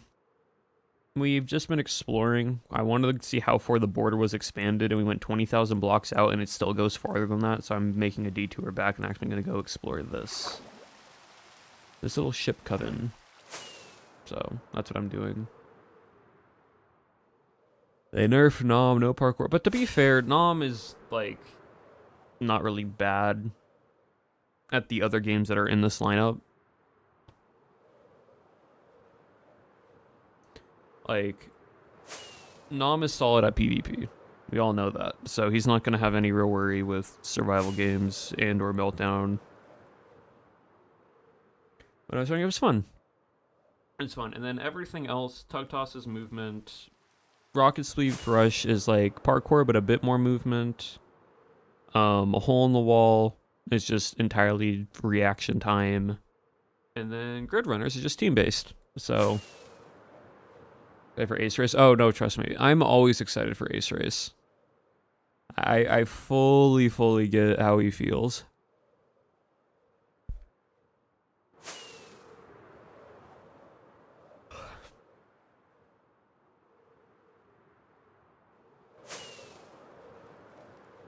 No Ace Race. No Ace Race. Unfortunate. I wonder if they just didn't do Ace Race because they've done it for the last few times and they wanted to switch it up. But it's also interesting that they didn't do parkour, but like it makes sense because parkour is a game that's like very hard to keep track of and such, especially in like a game announcing sense. Because you have to keep in mind, right, as Minecraft players and the viewers and such, we know what certain things are in the game. It definitely is targeted, but not in the way that you think of it is. It's targeted in the sense that it's targeted to a general audience. So, whenever there is a game or a live performative event, right? Especially on the size of a TwitchCon scale, you have to keep in mind. Also, Shiny Zero, thank you for the sub. Welcome to the community. You have to kind of keep in mind that for the most part, 99% of people that are at TwitchCon don't fully know what MCC is, or the full competitive side of MCC Minecraft. They probably know what Minecraft is, but they might not know every technical thing of Minecraft, right? So, Nox Crew needs to come up with a game order that when the announcers present it, or when they describe the game, it can be very easy to explain to a general audience, right? So, if we break down each game, we can kind of understand why they sort of picked it. And I finally accepted my payment. There you go. Nicely done. But like, for example, when I was at TwitchCon San Diego, I had Speed Silver and Marbar sitting next to me, right? And Speed Silver, the last time he's played in say with Marbar was like Rising 1 in MCC, so they haven't been in like the full like no. It's like it's salty, you know, and that's perfectly fine. Well, it's just for like just the overall like viewer right now, just wondering why they pick certain games for like in certain ways they do it. So when Meltdown came on, Speed Silver didn't really understand what was happening, right? And so I'm like basically think of, and my explanation was everyone has bows. Think of Valor in a sense, or CSGO, where if you hit someone with a bow, they get frozen. They're not out because their team can save them with a heater that they place down next to them. If the heater gets broken, though, then they can't be saved. You try to eliminate everyone while collecting coin crates. That's like the very basic explanation of the game. And you go through each of those and like each of those methods for how those things work. And it allows the audience to get a rough idea of how it works. So when they're watching, they aren't confused being like, what's happening, right? So again, Meltdown. Meltdown is Meltdown is one of the closest thing an MCC has to a competitive esports game. Jammed Cloud, thank you for the sub with Prime. I appreciate it. But Meltdown is the closest thing Noxcrew MCC has to a competitive esports game, to where you can have a roster, you can have a competitive list to it, and for the most part, you can compare it to other games like Valorant and CSGO and so on and so forth. Which is very good, because when it comes to stuff like this, the announcers and Noxcrew can basically explain it in a very rough first-person shooter-esque aspect for this type of game, right? And then we go to survival games, the other PvP combat thing in Minecraft. Very simple. You just have to say it's like Hunger Games. If you've ever seen the Hunger Games, and it got stuck. If you've ever seen the Hunger Games before, you can understand how survival games work. You run around, you find loot, and then you fight. Plain and simple. All the other little minor details, you don't have to worry about too much. The overall picture is just getting the understanding of what the game does. We then go to Tug Toss, which is to get to the other side. And it's very simple. You run from one side of the map to the other, and you try to whack a chicken before anyone else does. You can also punch each other, and it becomes very, very silly in a lot of rage-based moments. Right? That is the basis of Tug Toss. Rocket Spleef Rush is simple enough. You fly around with elytras that are like gliders, also while trying to shoot people down and trying to stay up and flying for as long as possible. Because that's Rocket Spleef Rush. Hole in the wall, pretty easy. Just stay on the platform and dodge the walls that are coming at you and try to stay on there until the very, very end. And then lastly, Grid Runners, which is a team-based game that allows you to work and cooperate with your team to try to get to the end of the course the fastest and do the obstacles the fastest. That is Grid Runners. So those are all the very basic versions of those games, and we all know that. But for most people, they don't. But if you tell them those type of things, they can be like, oh, so this is why players are doing X, Y, Z, or why people are trying to do these certain things.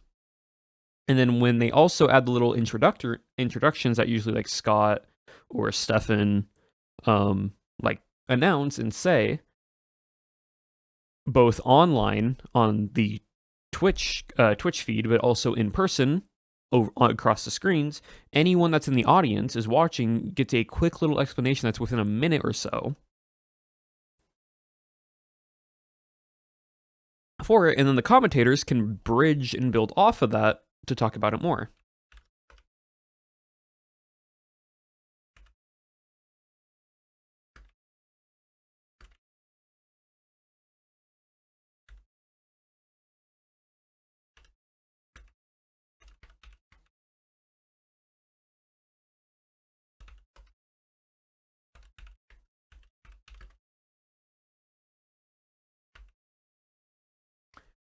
Yeah. I remember after I did Rising 3, I got asked if I wanted to do a little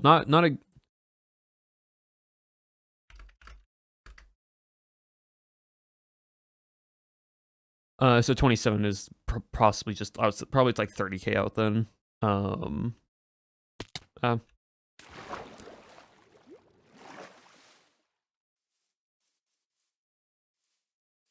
But when Rising 3 happened, I got asked if I wanted to do a little like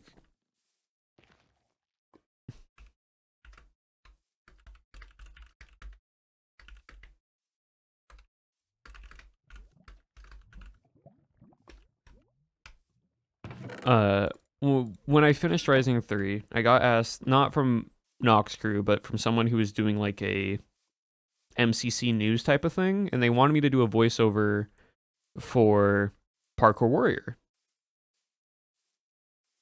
And they gave me the bit of the wording, and they gave me such, and I kind of read the script as is, but I also gave a little bit more of my own explanation to stuff within that like 60-second time frame that they were wanting. Because for a lot of it, you have to keep in mind, and this is with teaching it also, if you ever teach something, you have to keep in mind that the person you're teaching or explaining this to might have zero understanding of how something works. They might not know anything on what you are explaining to them. And they're just curious to see how like the full thing works. And so know what MCC was at the time. I wasn't really in this spec of the English community. The first time I actually saw MCC was in MCC 31, I think. Yeah. And so what happened was I basically explained the things a bit more and simplified some of the wording to make sense. Actually, I can probably show y'all it real quickly. Hold on. Let me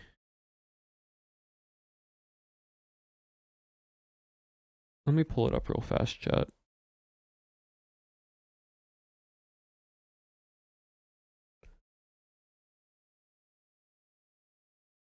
One moment.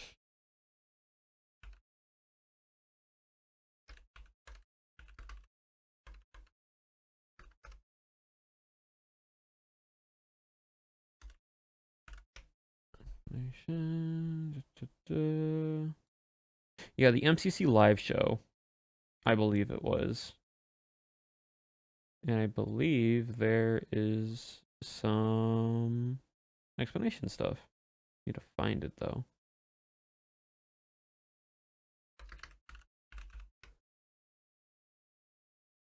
There it is. This was a year ago. I did this all under 57 seconds because I had to get under a minute, because basically the thing is, this person would do commentary over MCC, or the MCC, as they call the MCC live show, and they would do these little graphical videos being like, so this is XYZ. So let me explain it, because again, I enjoy voice acting and doing this type of stuff, so it was very fun. But yeah, this is just 57 seconds of something really quickly.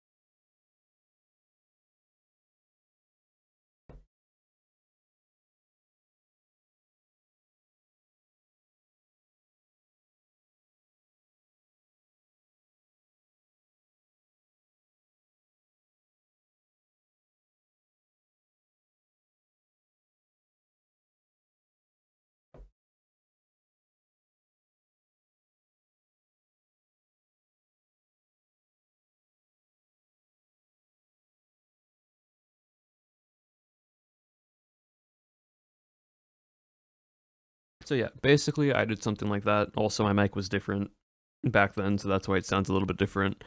But again, 57 seconds to overall explain how Parkour Warrior was. The one thing that I wish this person did add was more graphical visuals, because graphical visuals also very much help with such. And so like showcase and explaining there's an easy, medium, or hard path. There are what the different metals look like, and so on and so forth. Because when you have a visual display, it also just lets people, like, when they see it on screen pop up, it's not as hard. But yeah, I did this over a year ago. Definitely could do a bit better now, especially from what it was. But like at this part,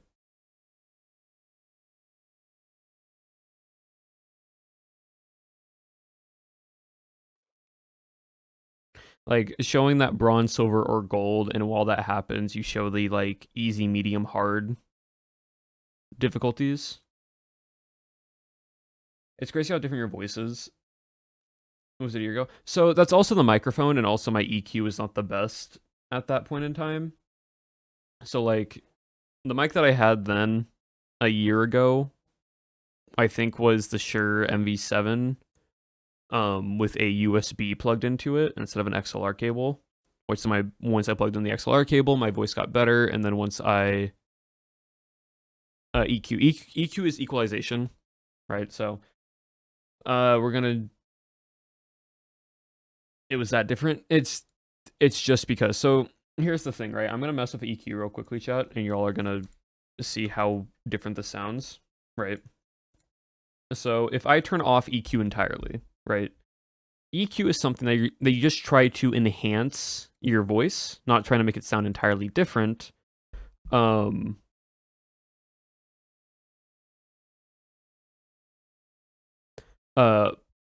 it's basically that. So when an EQ happens, we're just pausing right now just so y'all can see this. Actually, can I display this? Or Windows? Yeah, I can. So if I window display, this is my EQ. Okay. So for the most part with an EQ, you basically have a hertz, which is basically the volume level or the frequency of a sound, right? So for the most part, anything below like 60 to 80 hertz, give or take, depending on what it is just rumble noise. It's kind of the like your fans, your radiator, like the low hum that you hear, right? The thing is, though, if I'm quiet or if I am speaking quieter, you can see that with my tone of voice naturally, especially if my throat's like a bit sore or groggy, right? You can see that that there's this rumble sub bass noise coming from me, right? If I was to cut that entirely, like for example, if I cut this entirely out and I go to the 80 hertz max, if I was to like try to get my voice to be a bit more rumbly down here, it kind of forces it to not do that as much, right? But if I pull it away a bit more, then you can see it kind of pops up a bit higher now, as you just saw that there, right? Like that's how that works. And this is just a high pass filter. It's basically just cuts down everything beyond this point, and then as you pull it in and out, it kind of adjusts the frequency a little bit. So there's that. There's then the boom and warmth, which this is pretty much, you don't need to adjust it too much. I already have a lot of natural boom and warmth in my voice. And so I have this pretty much at no difference. I pull it up like ever so a 0.5 decibel change, because I don't need a lot of it. Also, Tracy Kitty, thank you for the sub. Welcome to the community. As you can see from my natural tone, I am right around here in this like boom / warmth, especially if I'm talking directly into the mic and I'm not trying to be loud and I'm like more quiet. And for the most part, when it comes to EQ, you don't really want to go, especially when speaking, you don't really want to go above more than like 2 to 3 decibels with most of this. Here you can, with the air presence tone. But like, for example, I'm going to raise this all the way up, and you're going to hear the difference in how it makes. So if I pull this to very high tone and high frequency, it's going to sound a lot different now from what I normally sound like. And there's a lot more boom and warmth and like bass to it, right? And that's just me talking normally. He's in my ears, yeah. If I tone it down and I go basically to here, and then I start talking, it sounds way different again because it's getting pulled out from it. Now I sound super far away. Exactly. So boom and warm when it becomes around 80 to 100 hertz. The other thing is I'm doing this very, very basically. A lot of people can get very technical and they'll kind of like you see I can scroll and adjust. Like if I wanted to take all the boom out of my voice and I pull this all the way down, at that point this entire thing is getting taken out because of the curvature of it. So I leave it at like a 1 and I just barely touch it. I don't do anything really with it because if you want to make it more pinpoint, you pretty much do this. What a lot of people do is like if there's like a higher pitched like tone that's always there, they'll do this and they'll only put it there in the frequency because that's the only part they want to take away. And so I just leave it always at a 1. I don't touch with it very much. I don't try to mess with it. I put it at like a 1 and just leave it at that. That's all I need to do. Sometimes I just leave it at 0.5. I really don't mess with it too much. It's a very light curve. For the most part, you kind of make a smiley face of it all. Just so you can get that presence there. Because you don't need to raise things. Sometimes taking stuff away is better. And it also depends on your voice. Some people with higher pitch tones and higher pitch flexions or softer tones might want to increase their boom and their warmth a bit more to give that bit more of their close, like they're closer speaking into the mic, right? But my mic, I am like roughly 3 to 4 fingers with, about like 1 to 2 inches away from my microphone when I'm speaking. But yeah, so then there's boxy. Now boxy, you kind of want to take, for most people, you want to kind of pull it downwards a little bit because it muddies out the mid tone. So this is the low tones. This is your mid tones. This is usually the middle part of where you're speaking, and that's why for a lot of it, you can see that it fluctuates consistently around here because that's just how like you speak, right? And I've also had it pulled down to kind of be more even across everything. So right now I just have it as a -1. If I pull this up, it's going to sound very, very muddy, and I'm just warning you that now, because it's going to be very hard to hear it's going to be very hard to understand with what I say. Okay, so I'm just warning you all this now. So when I start pulling this up, it starts to get very, very muddy. Words kind of blend into each other. It sounds muffled a little bit. You can't fully hear the articulation in the speaking tone unless I really try to force it out, and so on and so forth, right? It's very, very much there. Now I'm waiting for Twitch delay. That's really, really muffled. Exactly. So you don't really want to increase this a lot. And at one point, I did have this a bit higher than I needed to when I was first figuring out EQ, and you don't need that at all. Now, if I pull this down all the way, it's probably going to sound a bit more like radio-esque in a little bit. Sort of in a sense that it's taking away the mids, so now you're only hearing the lows and the highs. So it kind of sounds a bit more tinny in a way. And so for the most part, I just pull this down and I just have it at 1. Again, you don't need to adjust a lot. Very small minor adjustments go a long way because you're not trying to sound different. You're just trying to enhance your voice, right? Also quieter, yeah. Now there is nasal. Now it says nasal, but it's not so much like you're actually like the whole like nasally tone of voice. It's more of your higher pitched tones. And this is your lows, this is the mediums, this is your highs. Your highs are, one, it helps you articulate. So like if I say this is, this, the S and the I, those like I noise, that's why it's the nasal part. It's coming out, it's the tone and words that you kind of use in like your nasal, like I noises.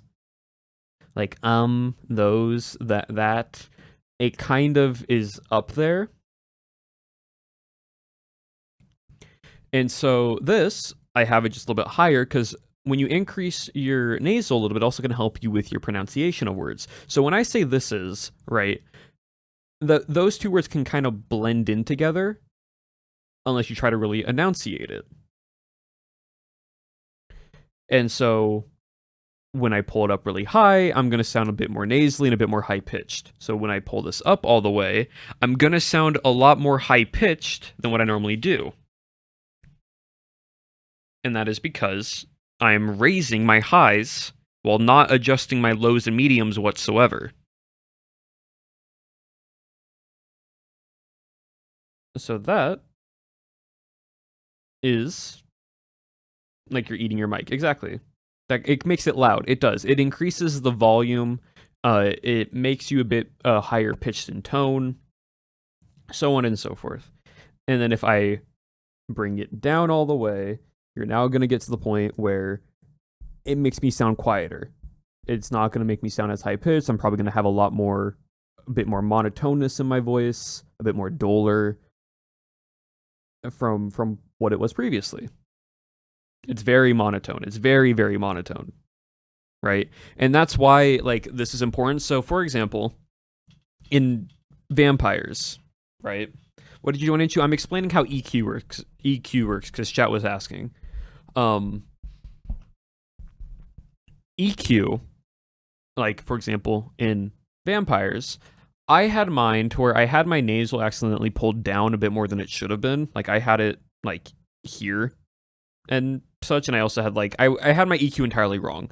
But on top of that, I was also adjusting needing to be quieter because people were still sleeping in my house.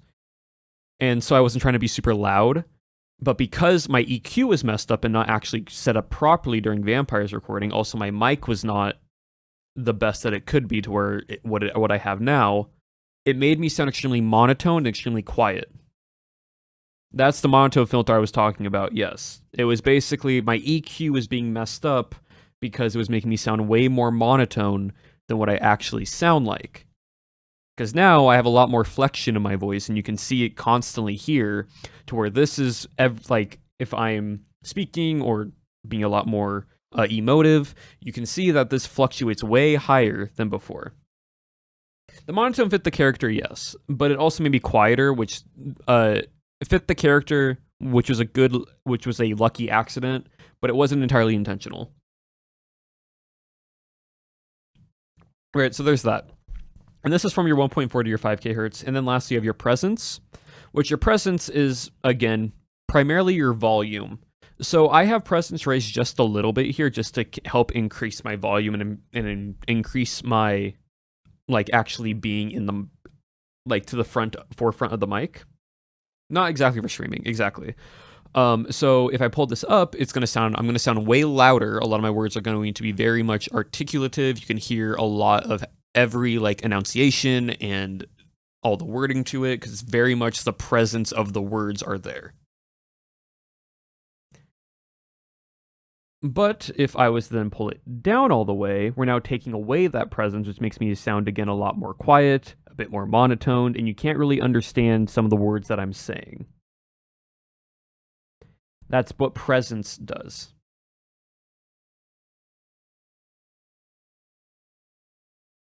Now, the difference, though, is the fact that there's also something called air. And basically, air is anything sort of beyond, almost muffled, yes. Anything beyond 10K hertz onwards, it's just the very, very light, airy noises. For the most time, you're not going to hear a lot of this because it's not there, but what I again have is another a low pass, not low pass. Which one was it? It was a high shelf. Yeah, high shelf. I put a high shelf at around 10. I do that, and I do this. I don't know if it was a high shelf, not a low shelf. Was it bypass? No, it's not bypass. I guess it was a high shelf. I have a high shelf filter here, and I put it right around 10K, and I raise it up to like a 2.5 in my gain. And all this does is basically it helps increase the presence more and allow a little bit more of my higher pitched tones come through of, like, my breath. And so, again, this is the breathiness of your voice. It's the airiness of the voice. So if I turn this all the way up, you're going to hear a lot of the air. You're going to hear a lot of that noise coming through because that is getting picked up consistently. But as you see, even if being pulled all the way up, it's not fully there right here because it's my breath. It's the air that's actually coming out of my mouth that you're hearing. And it makes it sound a bit more lighter, a bit more airy, so on and so forth. And if I turned it down, well, now you're taking in, cutting all of that air away, which you don't want to do. Sometimes you do for certain things, but if you want to kind of have that still presence, almost a whistly part of the voice, exactly. And that's at like your 10K hertz above, and that's basically EQ. And so when I did that voiceover a year ago, my mic was not set up correctly, and so on and so forth. Also, when I speak, there's a difference of when I speak compared to when I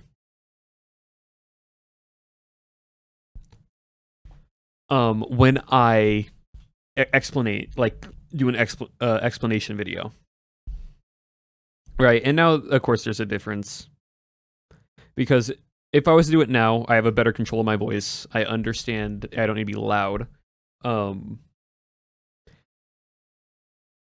YouTuber voice, not really. It's more of it's in the diaphragm, and I'm also like projecting my voice forwards because when I'm talking, I'm a bit more chill, right? When I'm presenting, I'm still chill, but there's a bit more emphasis on stuff, right? So, for example, if I was like, get ready for Parkour Warrior. In this event, you have to go through different parkour courses to get to the other side. Like it's very much a different tone and energy for that type of stuff. It's still the same voice. It's just a little bit higher pitched, or not a little bit more higher pitched, a little bit more boom to it. You're always should just exist in a perpetual state of chill. But like that's the sounding tone, right? If I was to read a script and I was to present it, right? Like, this is Parkour Warrior, and in this course you have to get through different parkour challenges to earn medals for your team and get to the end before you run out of time.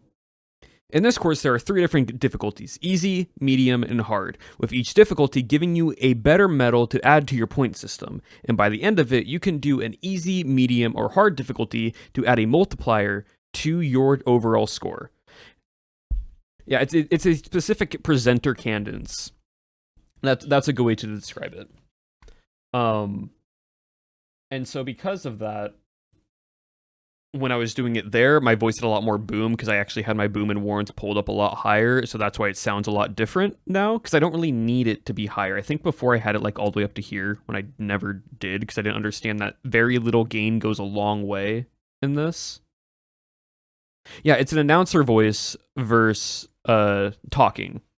Just my normal talking voice. And it's not so much my voice changes too much, but it definitely oh, that's loud. Sorry, chat.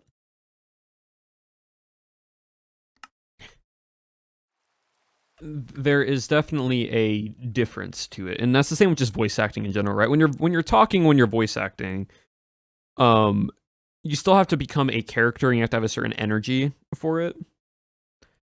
And like sometimes you can still just talk, depending on the character, depending on the mood and the emotion that you're wanting to showcase. When you might need more or less energy, right? And because of that, when it's like an announcer or an explanation video, you want to have that energy there as like you are a caster, because then it gets the audience and the viewers hyped for it, right? Like there's reasons why all of it's acting in that certain way.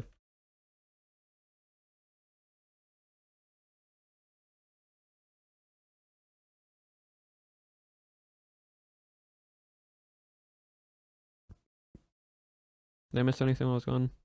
Nope. And I went to AFK, probably shiny Pokemon, and that's about it. So,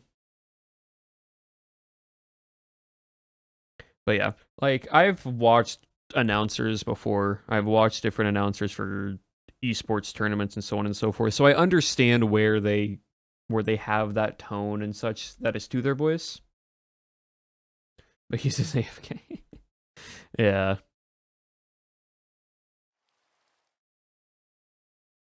I mean, we could do something funny.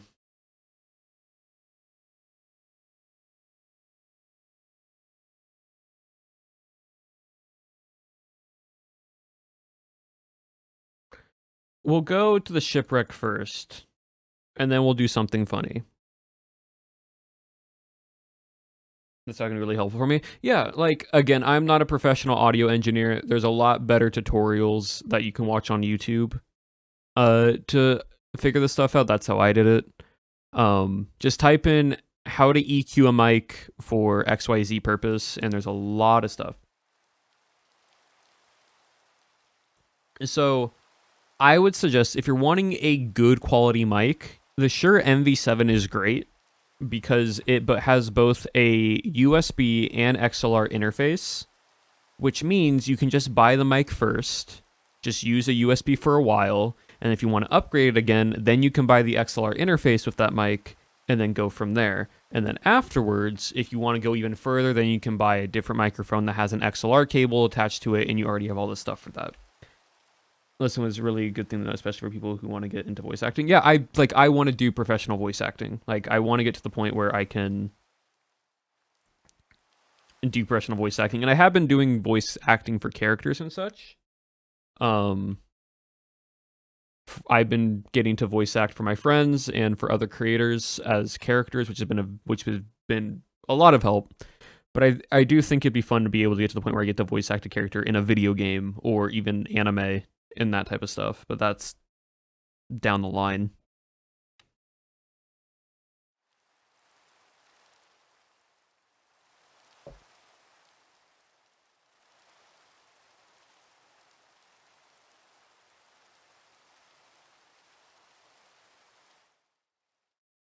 Imagine me in a Disney movie. That'd be so funny.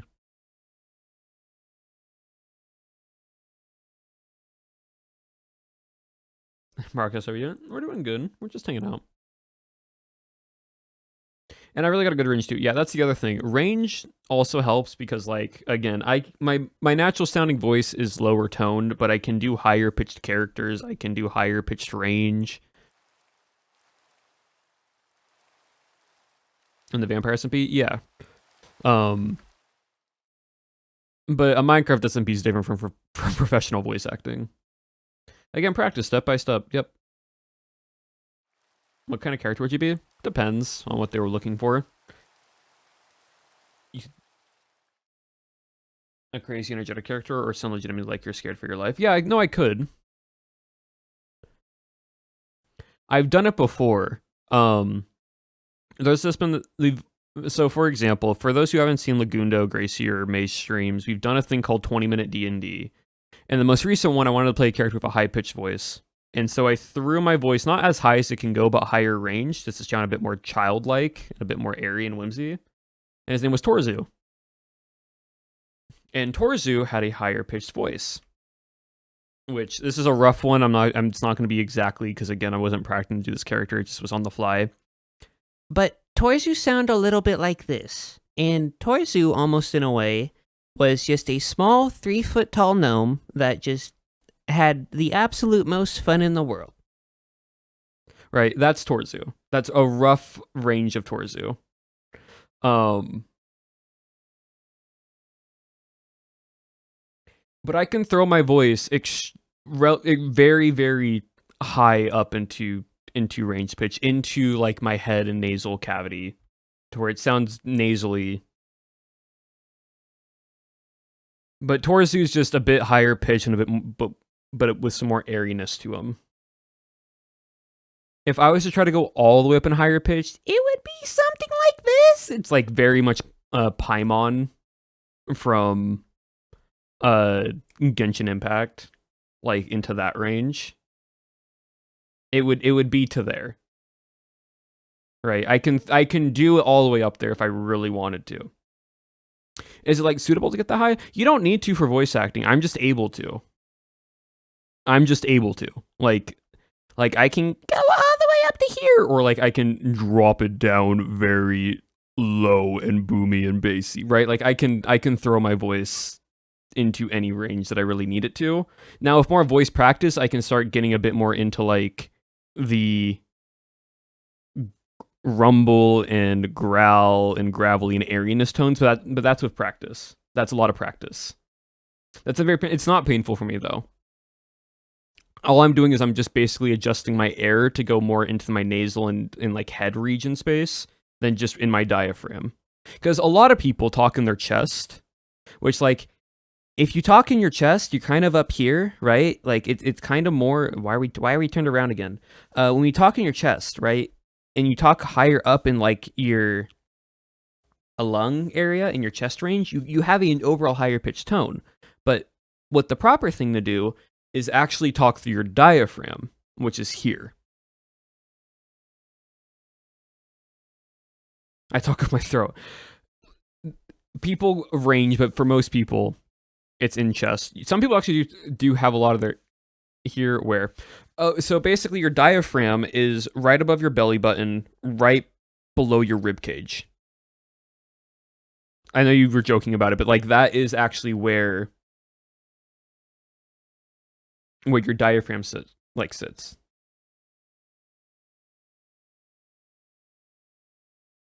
And so when you talk, you kind of want to almost feel like your muscle contract a little bit there. Not like super hard. You're not trying to like tense up your muscle. You kind of want it like in a relaxed sense, but enough to where it's like it's there. With a lot of letters. Yeah, exactly. Like language and dialect is also a lot of it. When I was acting in courses, I didn't grasp this way of talking. Yeah, so like you do that when you speak as well. And like technically that is your true voice.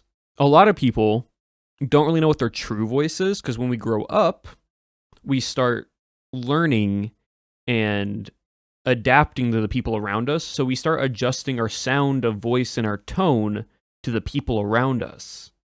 But then if you want to try to find your true voice, put your hand on your diaphragm and like push into your hand and then start talking.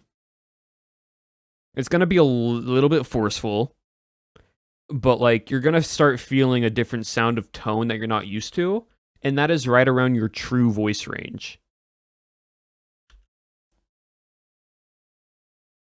It is not 100% accurate. It's not 100% of like what your voice actually sounds like because your voice sounds different to you than everyone else.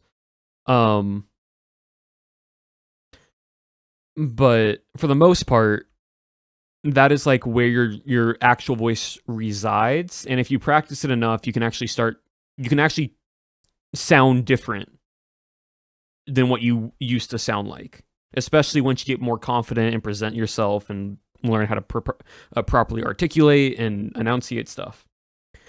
If I don't do vocal warm-ups in the morning, I speak so much on my vocal fry from years of trying to make my voice lower. Exactly. So sort of like pushing on someone's chest when they exhale so to figure out the real life. Yes, very similar. Very, very similar. Because from that point, that's where your air resides. And like, it's going to be difficult to just do it naturally, especially if you've sounded or talked in a certain way for years, because again, you have to like physically, consciously do those things. But subconsciously, after a while, it's natural.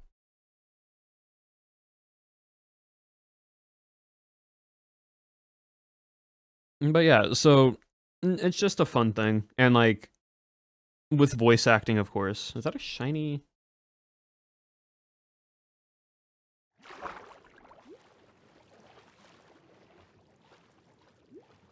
Are you a shiny? You are a shiny. Shiny horsey.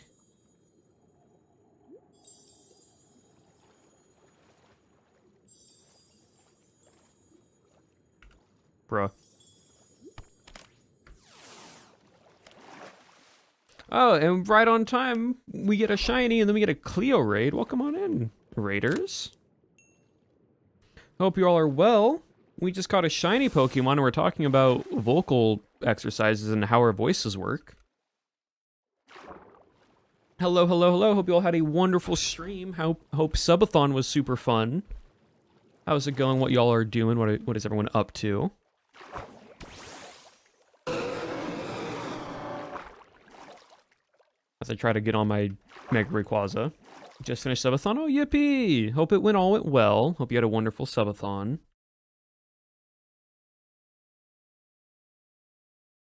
Alright, chat. We will look at this Pokemon in a little bit. We'll probably evolve it into a Kingdra, because a shiny Kingdra might be really cool. Shiny horsey. Was great. Now going for food. Go get your food, Cleo. Thank you again for the raid. Hope you have a wonderful rest of your day. And thank you again. But welcome on, Raiders. We were just talking about voice acting and vocal stuff. I was explaining how EQ works and how all the different tones are. And I was showing chat my range. So much of singing I have learned is how to use the voice and unlocking parts of it you don't know you could. I swear mix is my biggest op, but we are mostly getting along now. Yeah. EQ mixing and a lot of other like audio mixing stuff, it's a very different thing to get used to. But yeah. So for those who don't know, hello, my name is Abolish. Most of you know me from Vampires SMP and maybe some Blood on the Clock Tower and so on and so forth. And most of you hear me like this, but I was explaining in the chat that a lot of people, not everyone, can have different ranges to their voice.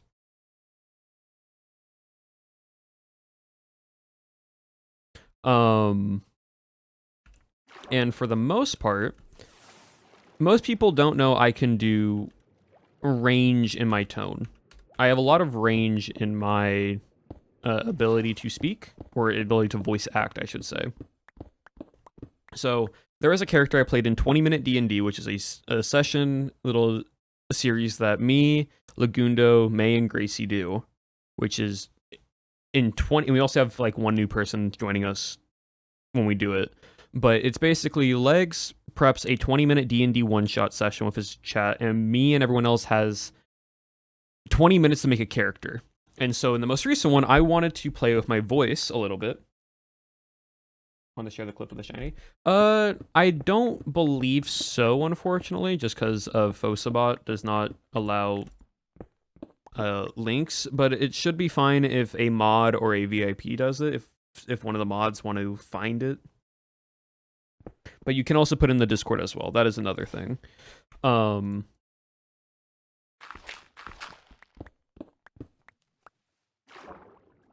here. It is down here. Look at this. It's underwater entirely. I don't think it's normally supposed to be underwater. Oh, wow. Find what a link of me catching the shiny horsey that someone made. Because they were asked if they were allowed to put links in chat. And no, but always Discord. Which, by the way, ! Discord if you want to join in the Discord.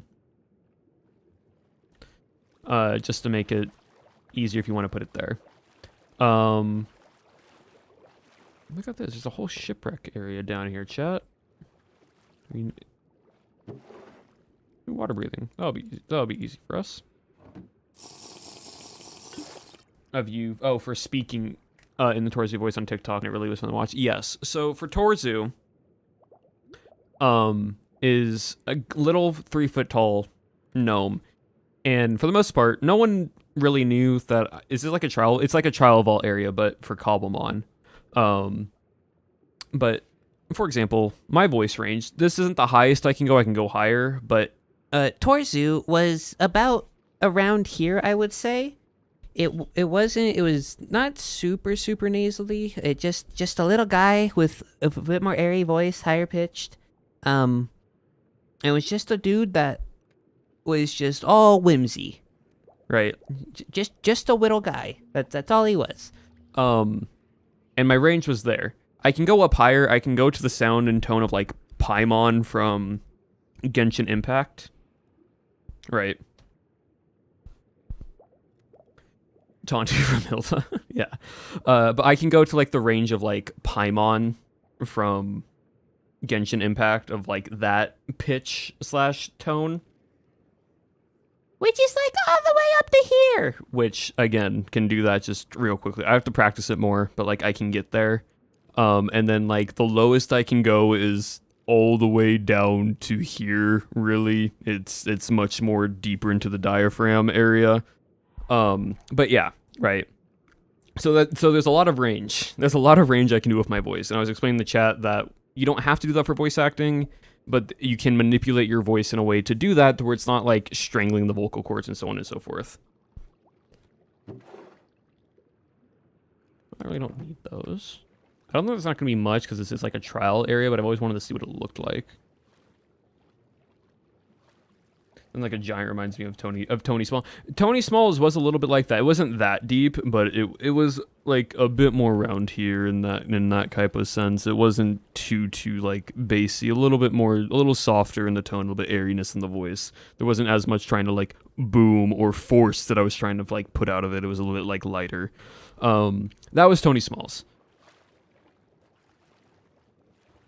It's like a full shipwreck. This looks sick. It definitely is not supposed to be like this. I feel like it spawned weirdly down here, but you know what? That's fine.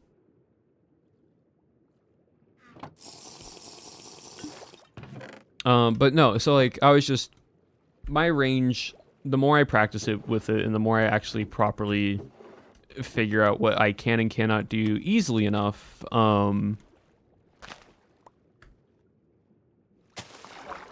will be super fun. And once I, again, work on more of like professional voice acting and so on and so forth, I think it'd be really cool.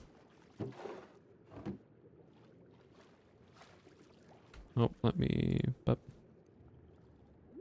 Voice of her character sent me. I was not expecting... Oh, yeah, no, like... The other thing of... Dang, there's a lot of stuff in here. The other thing when it comes to voice acting is also not just the tone, but how you present the character, right? So, for example, Katie's character had very much a lot of energy, was talking extremely fast, had some anxiousness to and so on and so forth, right? You can say, here's the benefit of voice acting, right? You can take one character and you can make, or one voice, I should say, and you can make multiple characters out of just that one single voice, just based on how their personalities and the energy that you are presenting with the character. And I glanced down at my phone thinking I was still playing the game. Yeah, like it's not one-to-one, but I can reach the range of Paimon in that pitch range, right? So the fun thing with voices and the fun thing with characters is that you can have the same level of tone of voice, right? You can do all of that, like the characters at the start of BFDI, sort of in a way, but it changes on their personality, right? So think of Torzu, right?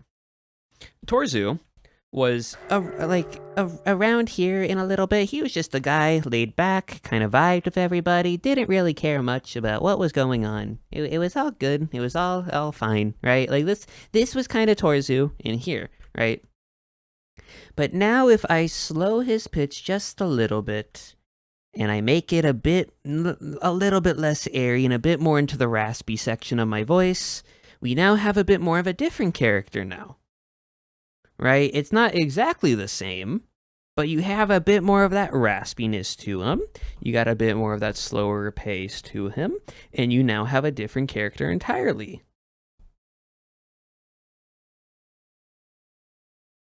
And now, chat, not to just give whiplash, I'm going to that same voice, a bit more, like, yes, I'm going to do that same voice, same tone resonant around Torzu, but this time I'm going to talk really, really fast, really, really paranoid, sort of like Jiminy, in a sense, right? So, just for context. Again, Torzu was just right around here. But if I start talking really, really fast, and I talk like a maniac, then you start getting a little bit of gravelly, and then we can have this, and then now this is the character we can play the entirety of the time, right? Like, I could do a character like this always. Always I sound like a madman, and it's great, and it's fine. Exactly, right? It's now gremlin energy. It's entirely gremlin energy, but it's the exact same range of Torzu. It's very fast speaking. It's very that. And even then, it doesn't have to be fast. I can do that same energy of gremlin, but not talk as fast. So, like, I can talk here in Torsi's voice, and then I can add a little bit of graveliness to it, but if I don't talk fast, and I say, don't worry, we're not gonna hurt you. It's okay. Everything will be alright. Now let me go get my explosives, and then I'll be right back. It's okay. It's okay. See, right, like I am talking, not changing pace, or whatsoever, but if I add a bit of graveliness to it and I stay within the same range of that high pitched, it now sounds like I'm a little bit insane. And you do the same thing as you get higher ranged or lower range. Voice acting isn't just about pitch. Pitch helps, but it's also the energy and the tone that you make the character.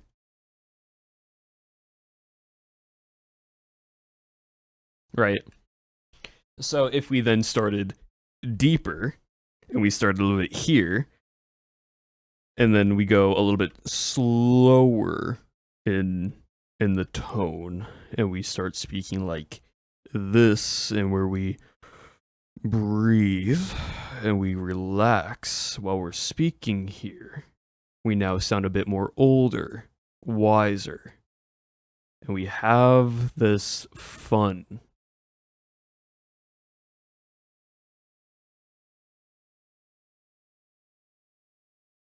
It's very easy, and it's very just calm. Hold on, Jim, give me 1 second, we'll be right back.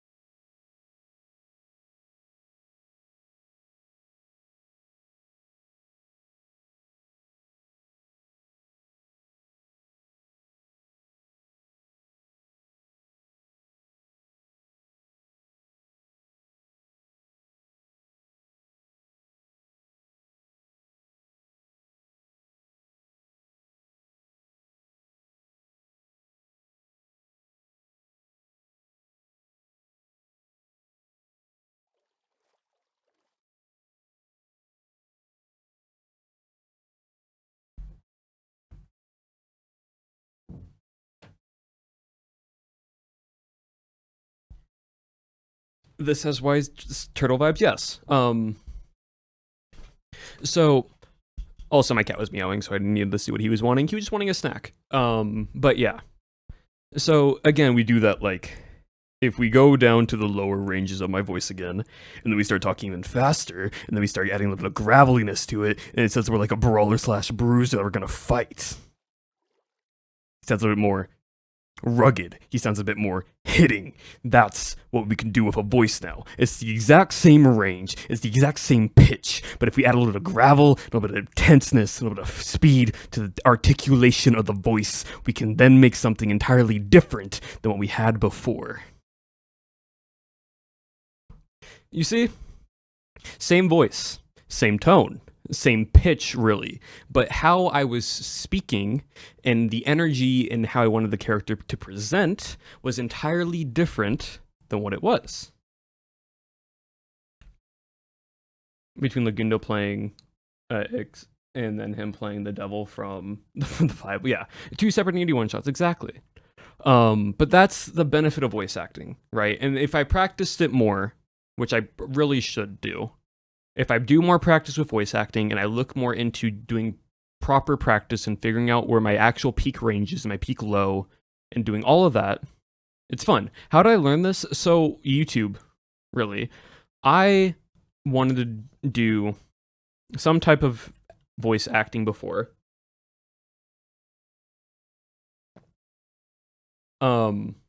YouTube, yeah, just watching YouTube tutorial videos.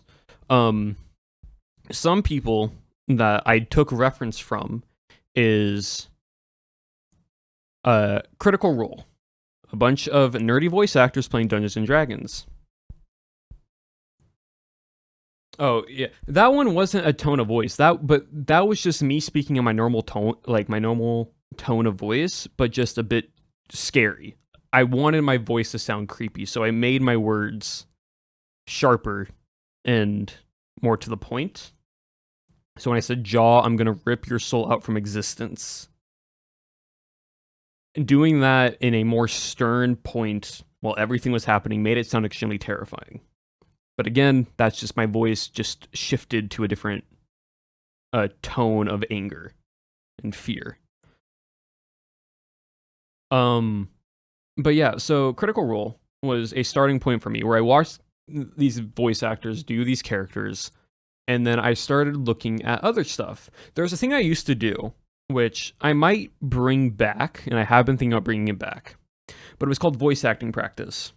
And it's going to be way more expensive than before. But basically, chat would give me a line, a quote, something from a show, a video game, so on and so forth. And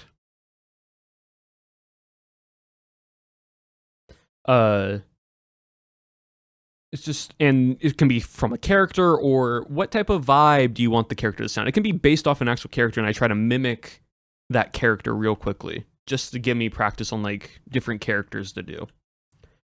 And chat would redeem it and give me a prompt, and I would read it.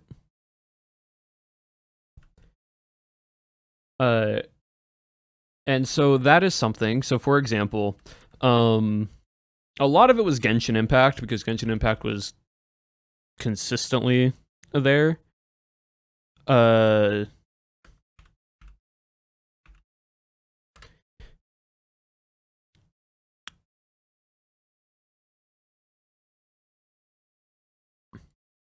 One of them that I extremely know is from the character that talks about the Auditrice Mécanique d'Analyse Coronel.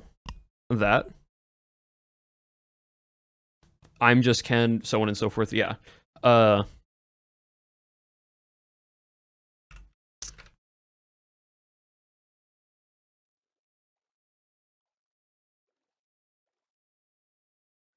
There is from the character, because I would always go through them, and I'm just doing this right now just to showcase it. Because I remember this was one of them very vaguely because of this long word to try to figure out how to say.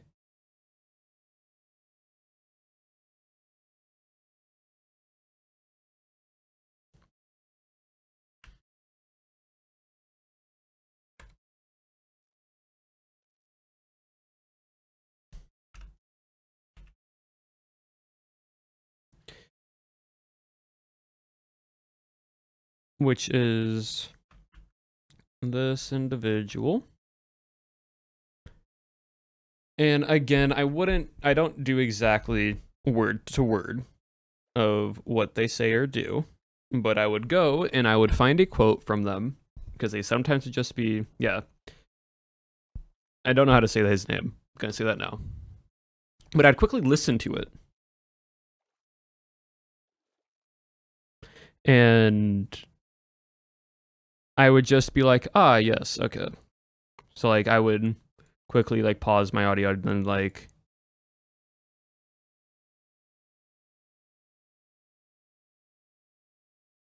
right? And so I'd be like, so I'm like, okay, so it's a little bit higher. It has, like, a low sense, not super, it has, like, an airiness to it. So, like, the time. And then, but, like, the time. And it'd be right around here. I mean, like, the time that I spent living among the citizens of Fontaine and traveling with you has transformed my views.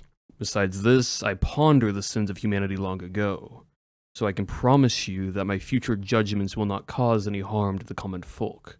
Nevertheless, my grievance with the Urspers have yet to be settled. They owe me a debt of the blood that shall not be forgiven. right? So I base it off real quickly. I try to emulate. I'm like, okay, so he has a bit more airiness to it, but he has a bit of light and presence to it.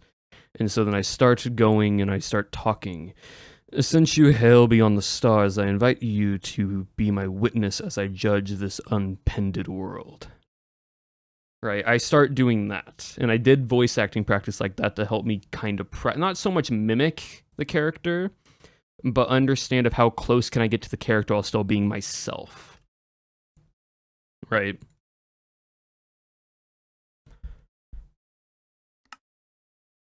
And so we did a lot of those. A lot of different Genshin characters.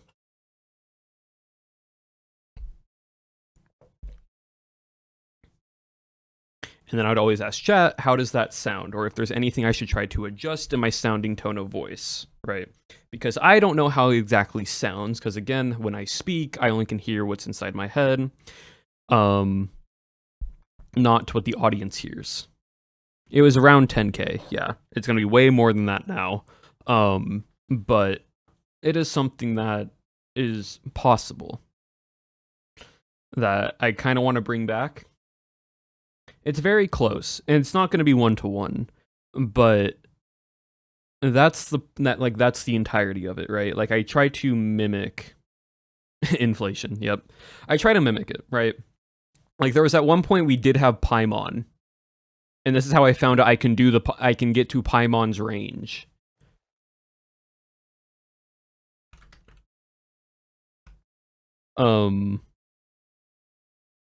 Because someone asked if I could do Paimon, I said I had no idea. Right, I went, I have no idea, let's find out. And so they gave me Paimon quotes.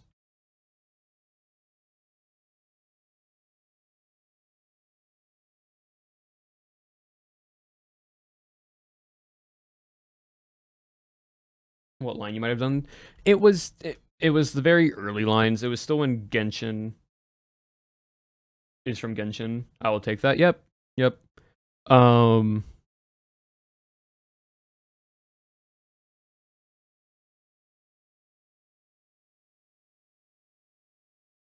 But yeah. Anyways, we can do something a little bit fun, chat. We can have a little bit of fun. I want to do a little silly prank real quick.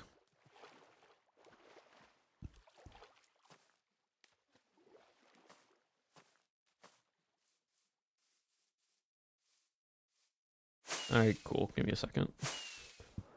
We need to fly back to my base real quickly. Actually, hold on. There's a trainer here that I've not fought yet. Oh, you're level 70. Sick. Hold on. Give me a moment.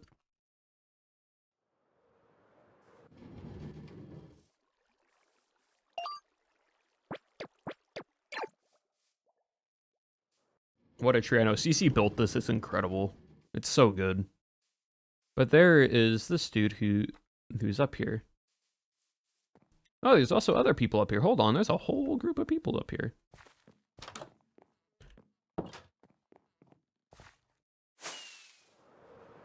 Hello, level 70 person. I finally get to fight another person. Yippee. All right.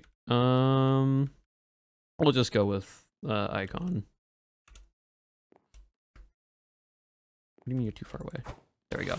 All right. Where are you? Dog versus you. Yep, cool. We're just going to. I can probably set up an SD on you. What are you? Oh yeah, you're grass. Yeah, your grass goes. I can set up an SD. And +3 life orb, intrepid sword, steel. Ooh, what was that? Oh, foul play. Oh, I see.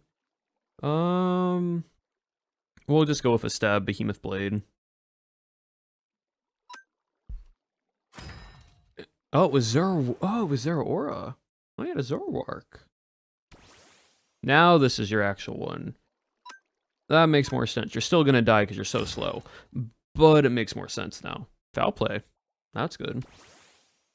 Ooh, a Hydreigon.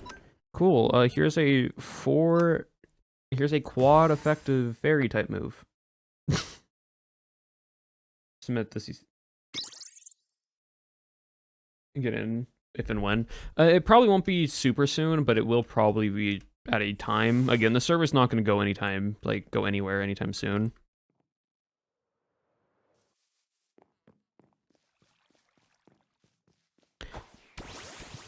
Oh no, I battled you and I'm super low. It's fine. We will switch out into, you know, we'll switch out the soda pop. Get soda pop in there. My Bulkymon. We will then set up a reflect.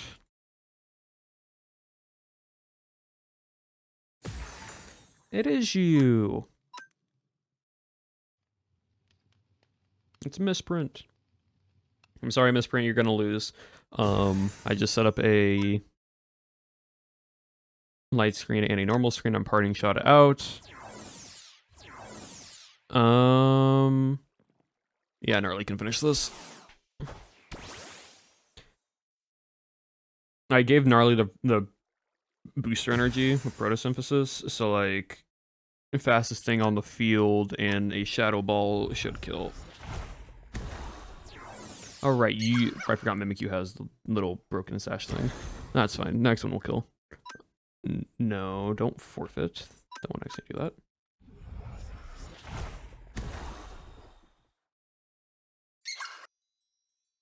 Her reflect wore off, which is fine. You go in with Aegis Slash. Good thing we got Mystical Fire. Oh, and down in special. Nice, nice, nice. Iron Head. Good. Cool.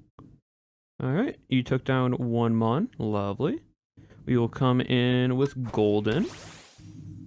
Put an Intimidate on. We will then fight. We will Mega, and we will Fire Fang.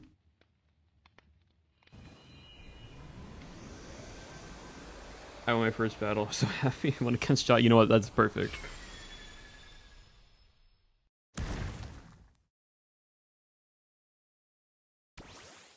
And then Gengar's your last. Oh, we can Sucker Punch. Yeah, we're gonna Sucker Punch. Oh, you set up? What'd you set up? Oh, Hypnosis. That's annoying. I'll switch into Diva.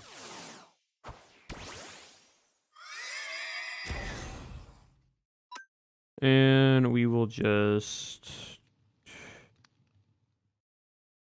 Nuzzle.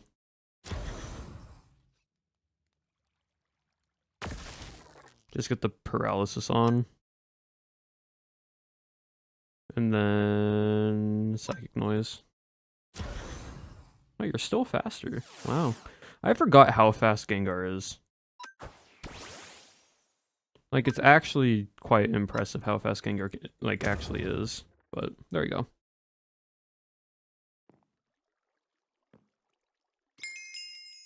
Cool. Done 2 Pokemon. Very good, very, very good. There you go.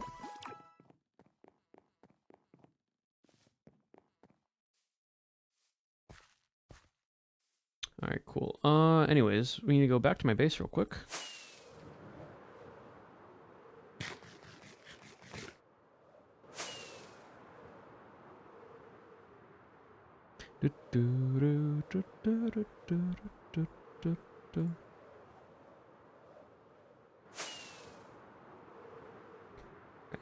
We will do this fun little silliness, fun little silly bit, and then we'll call it there for today.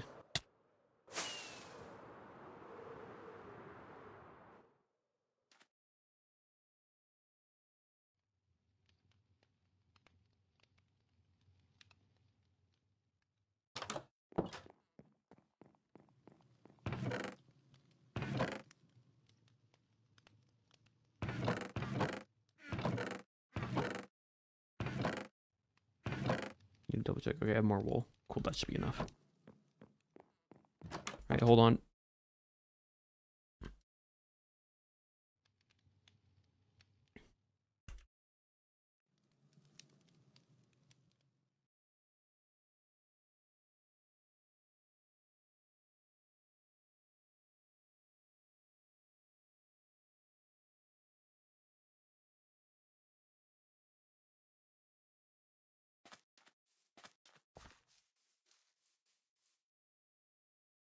Don't worry, chat. We have an idea.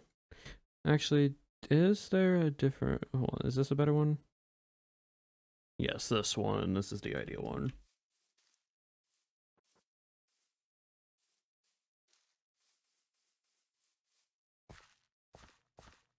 Now I need flowers, chat. I need flowers. More specifically, yellow flowers. I mean, I could bone meal.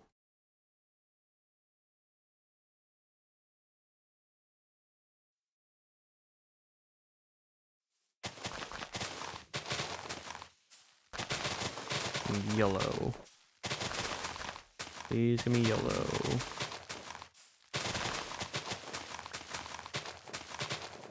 Thank you.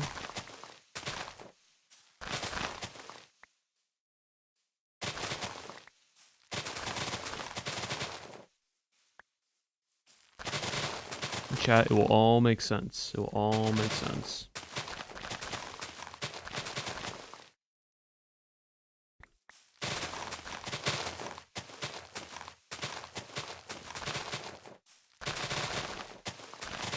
I'm gonna go run around as well, see if I can find any while I do this.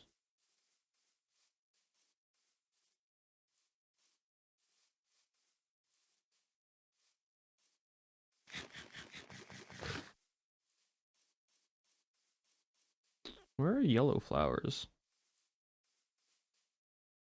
Like, they cannot be that hard to find.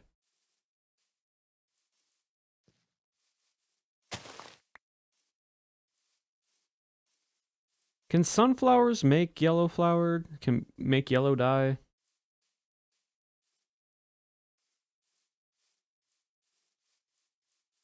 Yeah, sorry, I need to find a sunflower. May, by chance, would you have a sunflower at your base? Wait, actually, hold on. I think this is more than enough here. Hold on.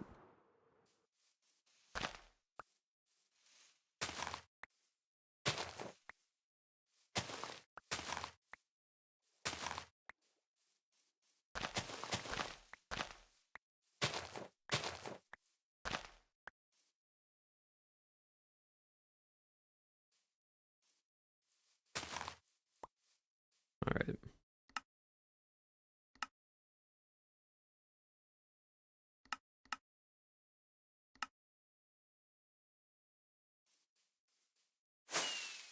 How does...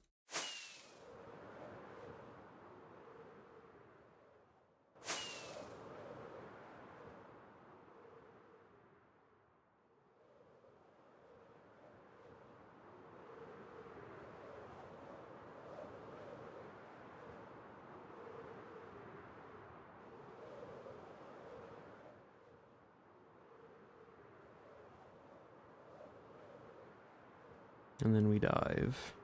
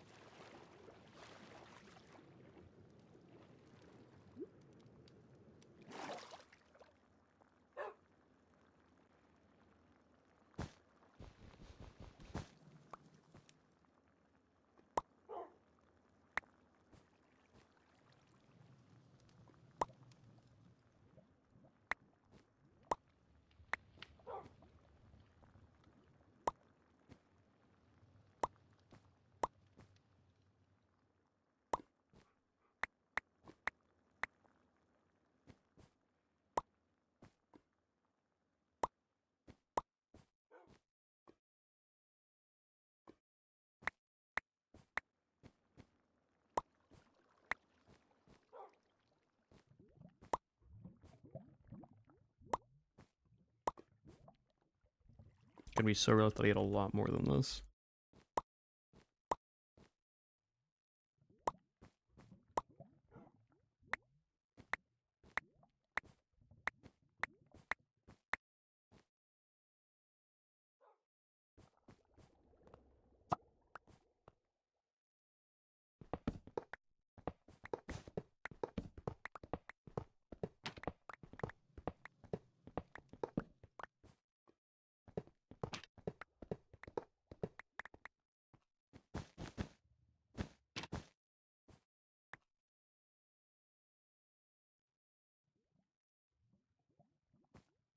We need more.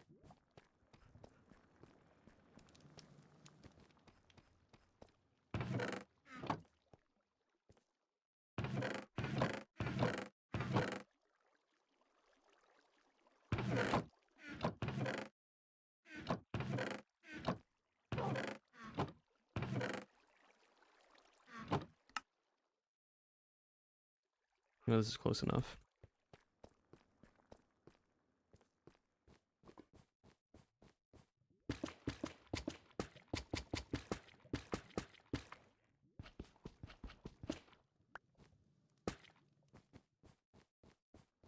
Happy through armor chat.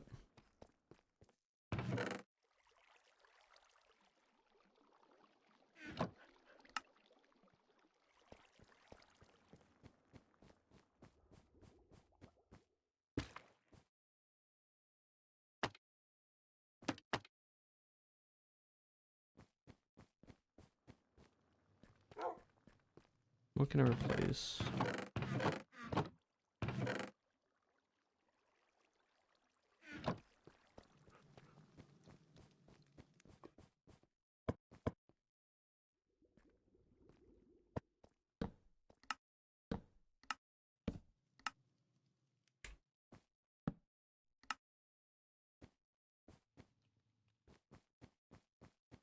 It's all coming up together, chat.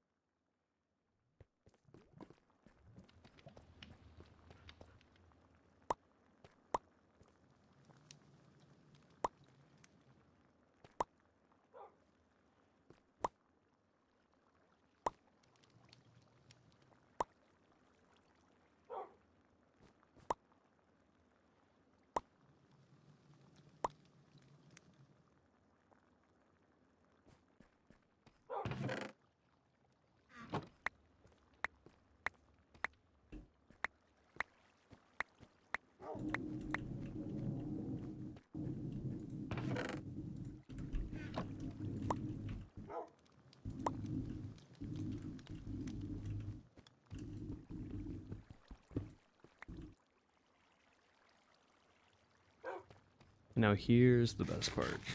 Here's the best part, chat.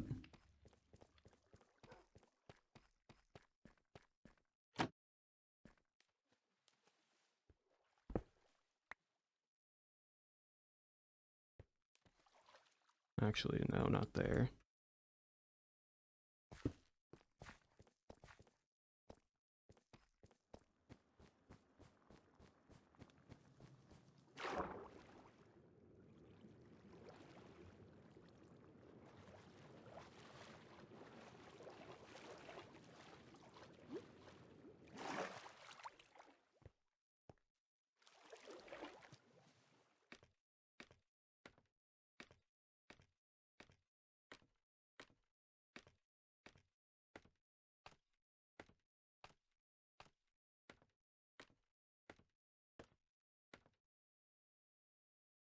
Really? Just, okay, well, hold on.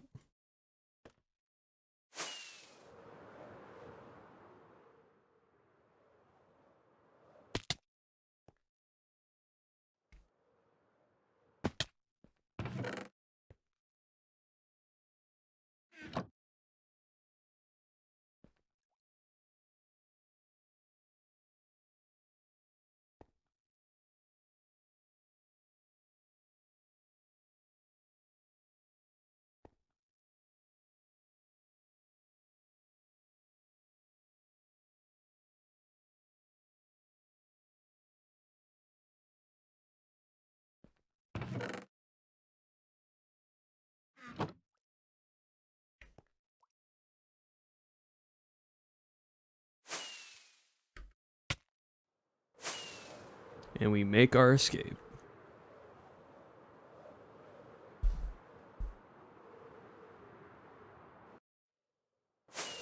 Abalaj, I feel threatened by your best friend. May, what have you done? I can't wait to What about the horn? Oh, right, the horn. Thank you. Forgot about that, chat. Thank you. Thank you, chat.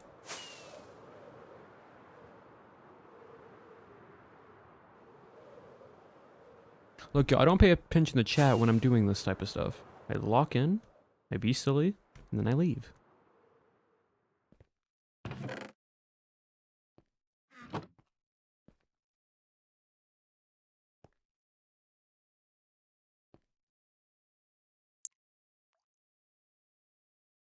Down.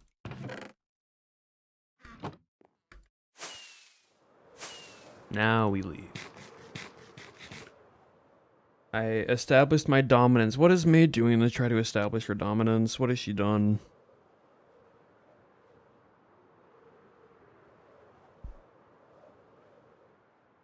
May take some of chat's organs. May, why are you stealing people's organs?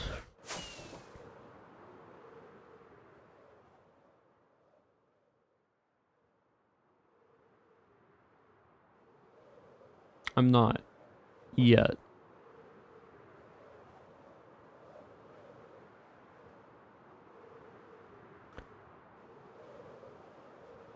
May, I'm gonna say this.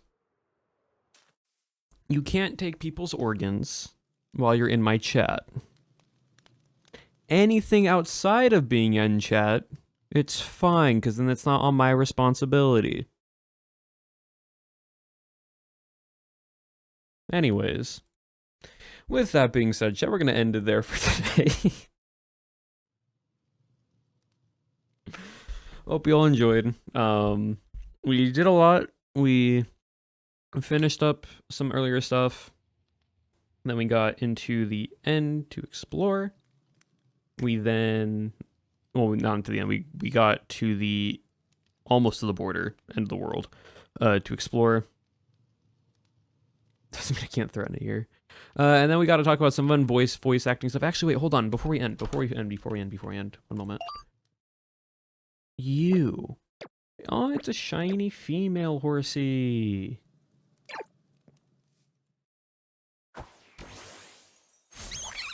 Oh, what up, little guy?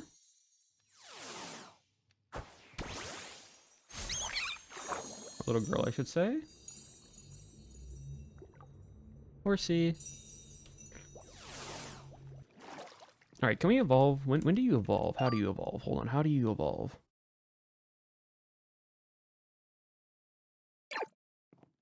Chat, one moment. How do we evolve this? How do we evolve? How do we evolve? How do we evolve? How do we evolve?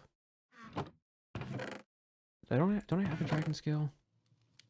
I do. Hold on, we can get a shiny Kingdra. Hold on. Before we end, chat. Before we end, how we get a what level does Horsey evolve in Cobblemon?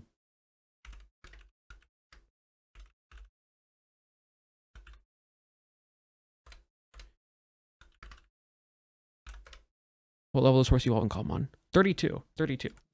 Oh, you're 26. Hold on, we can actually do this real quickly. Let me take that from you. Let me add this to you. Okay. Where would be a lot of Pokemon that I can fight that are at a decently high level? End's closed right now, unfortunately, so we can't do the end.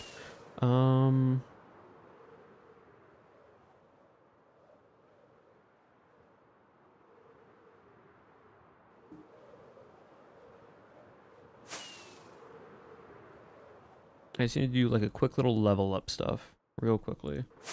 We're going a little bit longer, chat, to evolve Horsey into a Kingdra.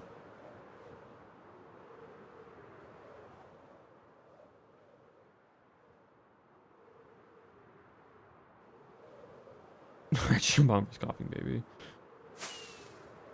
One moment, chat. I need to find like decently high-leveled Pokemon. I think just running around for a little bit probably might be the best option.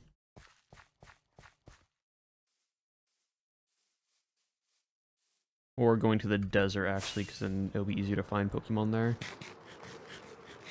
Or over here works. This seems to be open for Pokemon to spawn.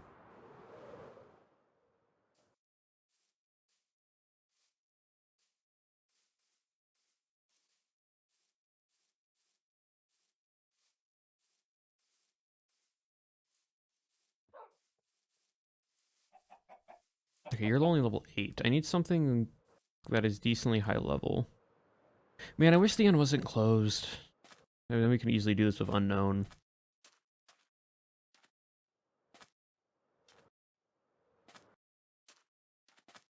Okay, 32. That works.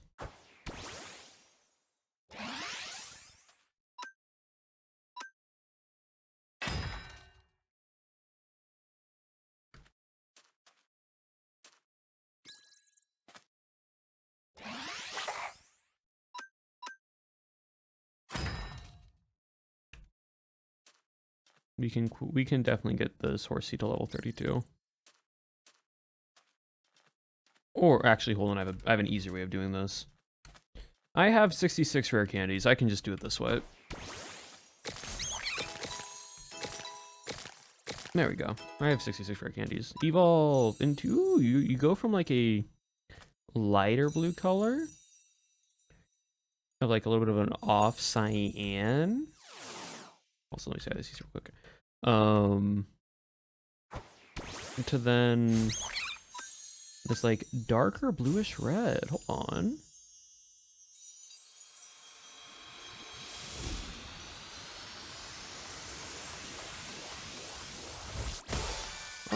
Oh, you go to like this more bluish red tone. Hold on, let me get you into the water. Let me get you into the water.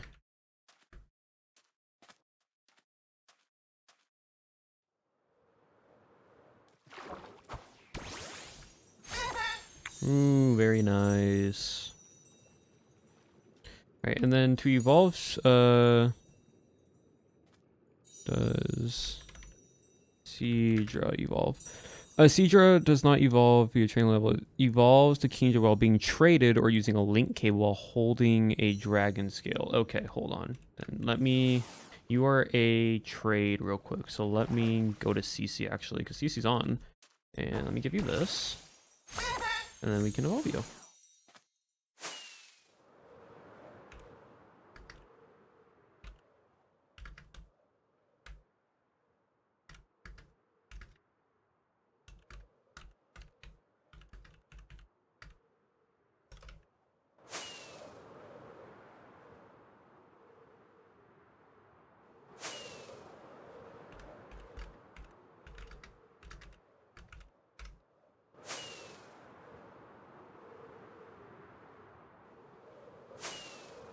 Alright, chat, we'll do this and we'll end it there.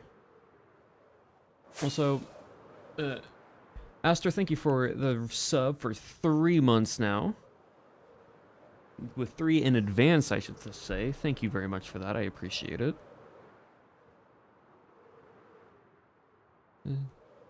Hello, CC. You are muted.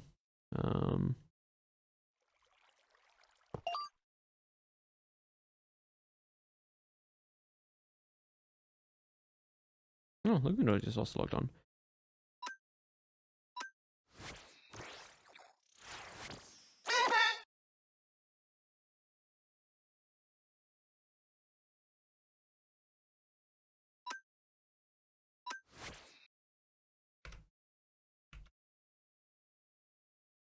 Did it work? Oh, no, hold on. It did not work. It did not work. Trading. Cool. So then I can. Not you. Ooh, you become a purple, light purple color.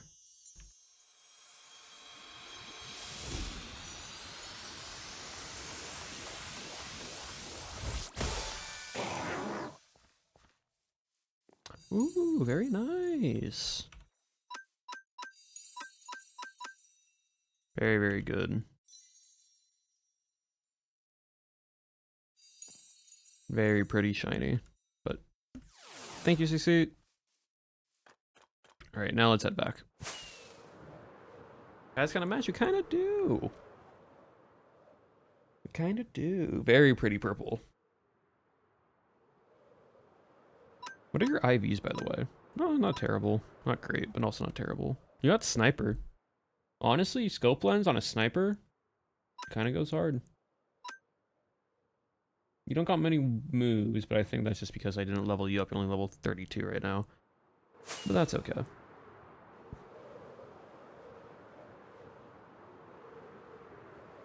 But alright, chat, we're going to call it there for today. And then I'm going to relax. See where's the sniper.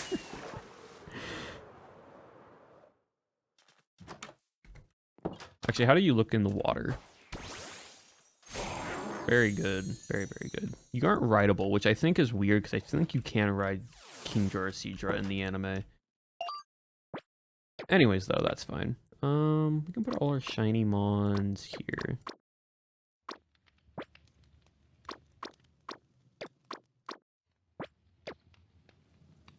I think I've only found 2 shiny. I only found the Larvesta. The fact that every shiny I've found has been a girl shiny is so funny to me. I think Larvesta, Liepard now, and now Kingdra have all been girl Pokemon.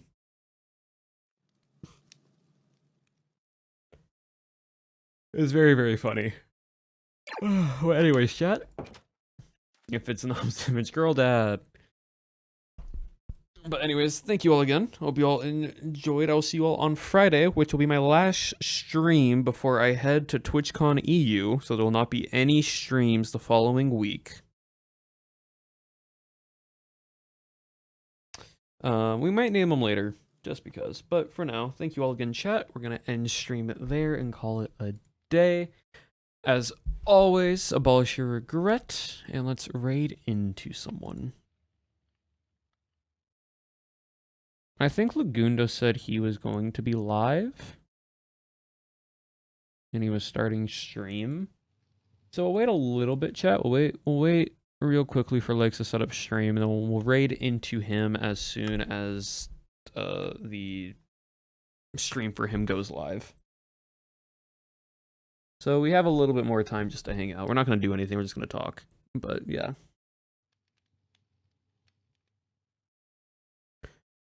We chilling for a bit.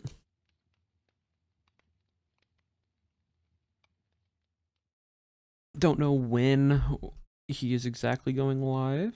I'll actually pull up his stream. Lagundo.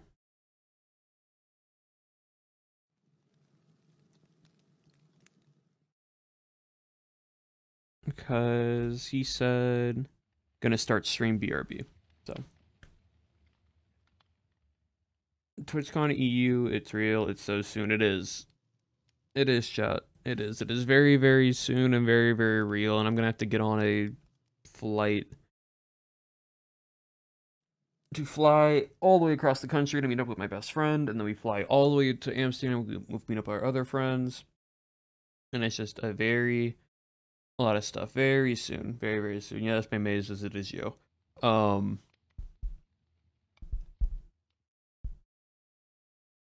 It's crazy. It is a lot, and I have to get up early for that flight. So I'm not looking forward to that. I'm not looking forward to my first flight. After that, I'm fine and I'm chilling. It's just the first flight I'm not looking forward to. Also, hello, Apokuna.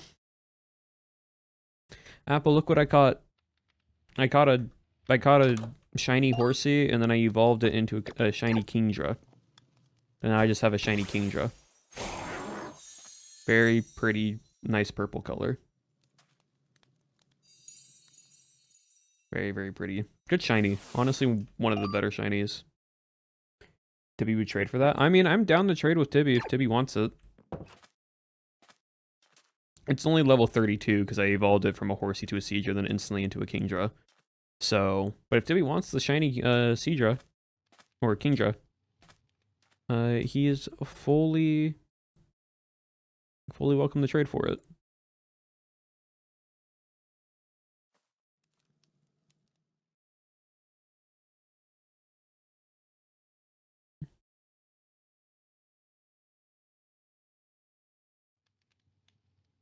Guys, I think May is excited to see your best friend. Crazy thought. Crazy thought. Okay, cool. Legs just started stream, so we are literally going to instantly raid into Lagundo. Instantly raid into Lagundo. Like, literally 2 seconds started. So join in on the raid chat. You can leave right on after. It'd be very, very funny to instantly just overwhelm him with chat. Just instantly spam Abolish Regret raid. Hope you all enjoyed. It's been super, super fun. And as always, chat, abolish your regret. I will see you all next time.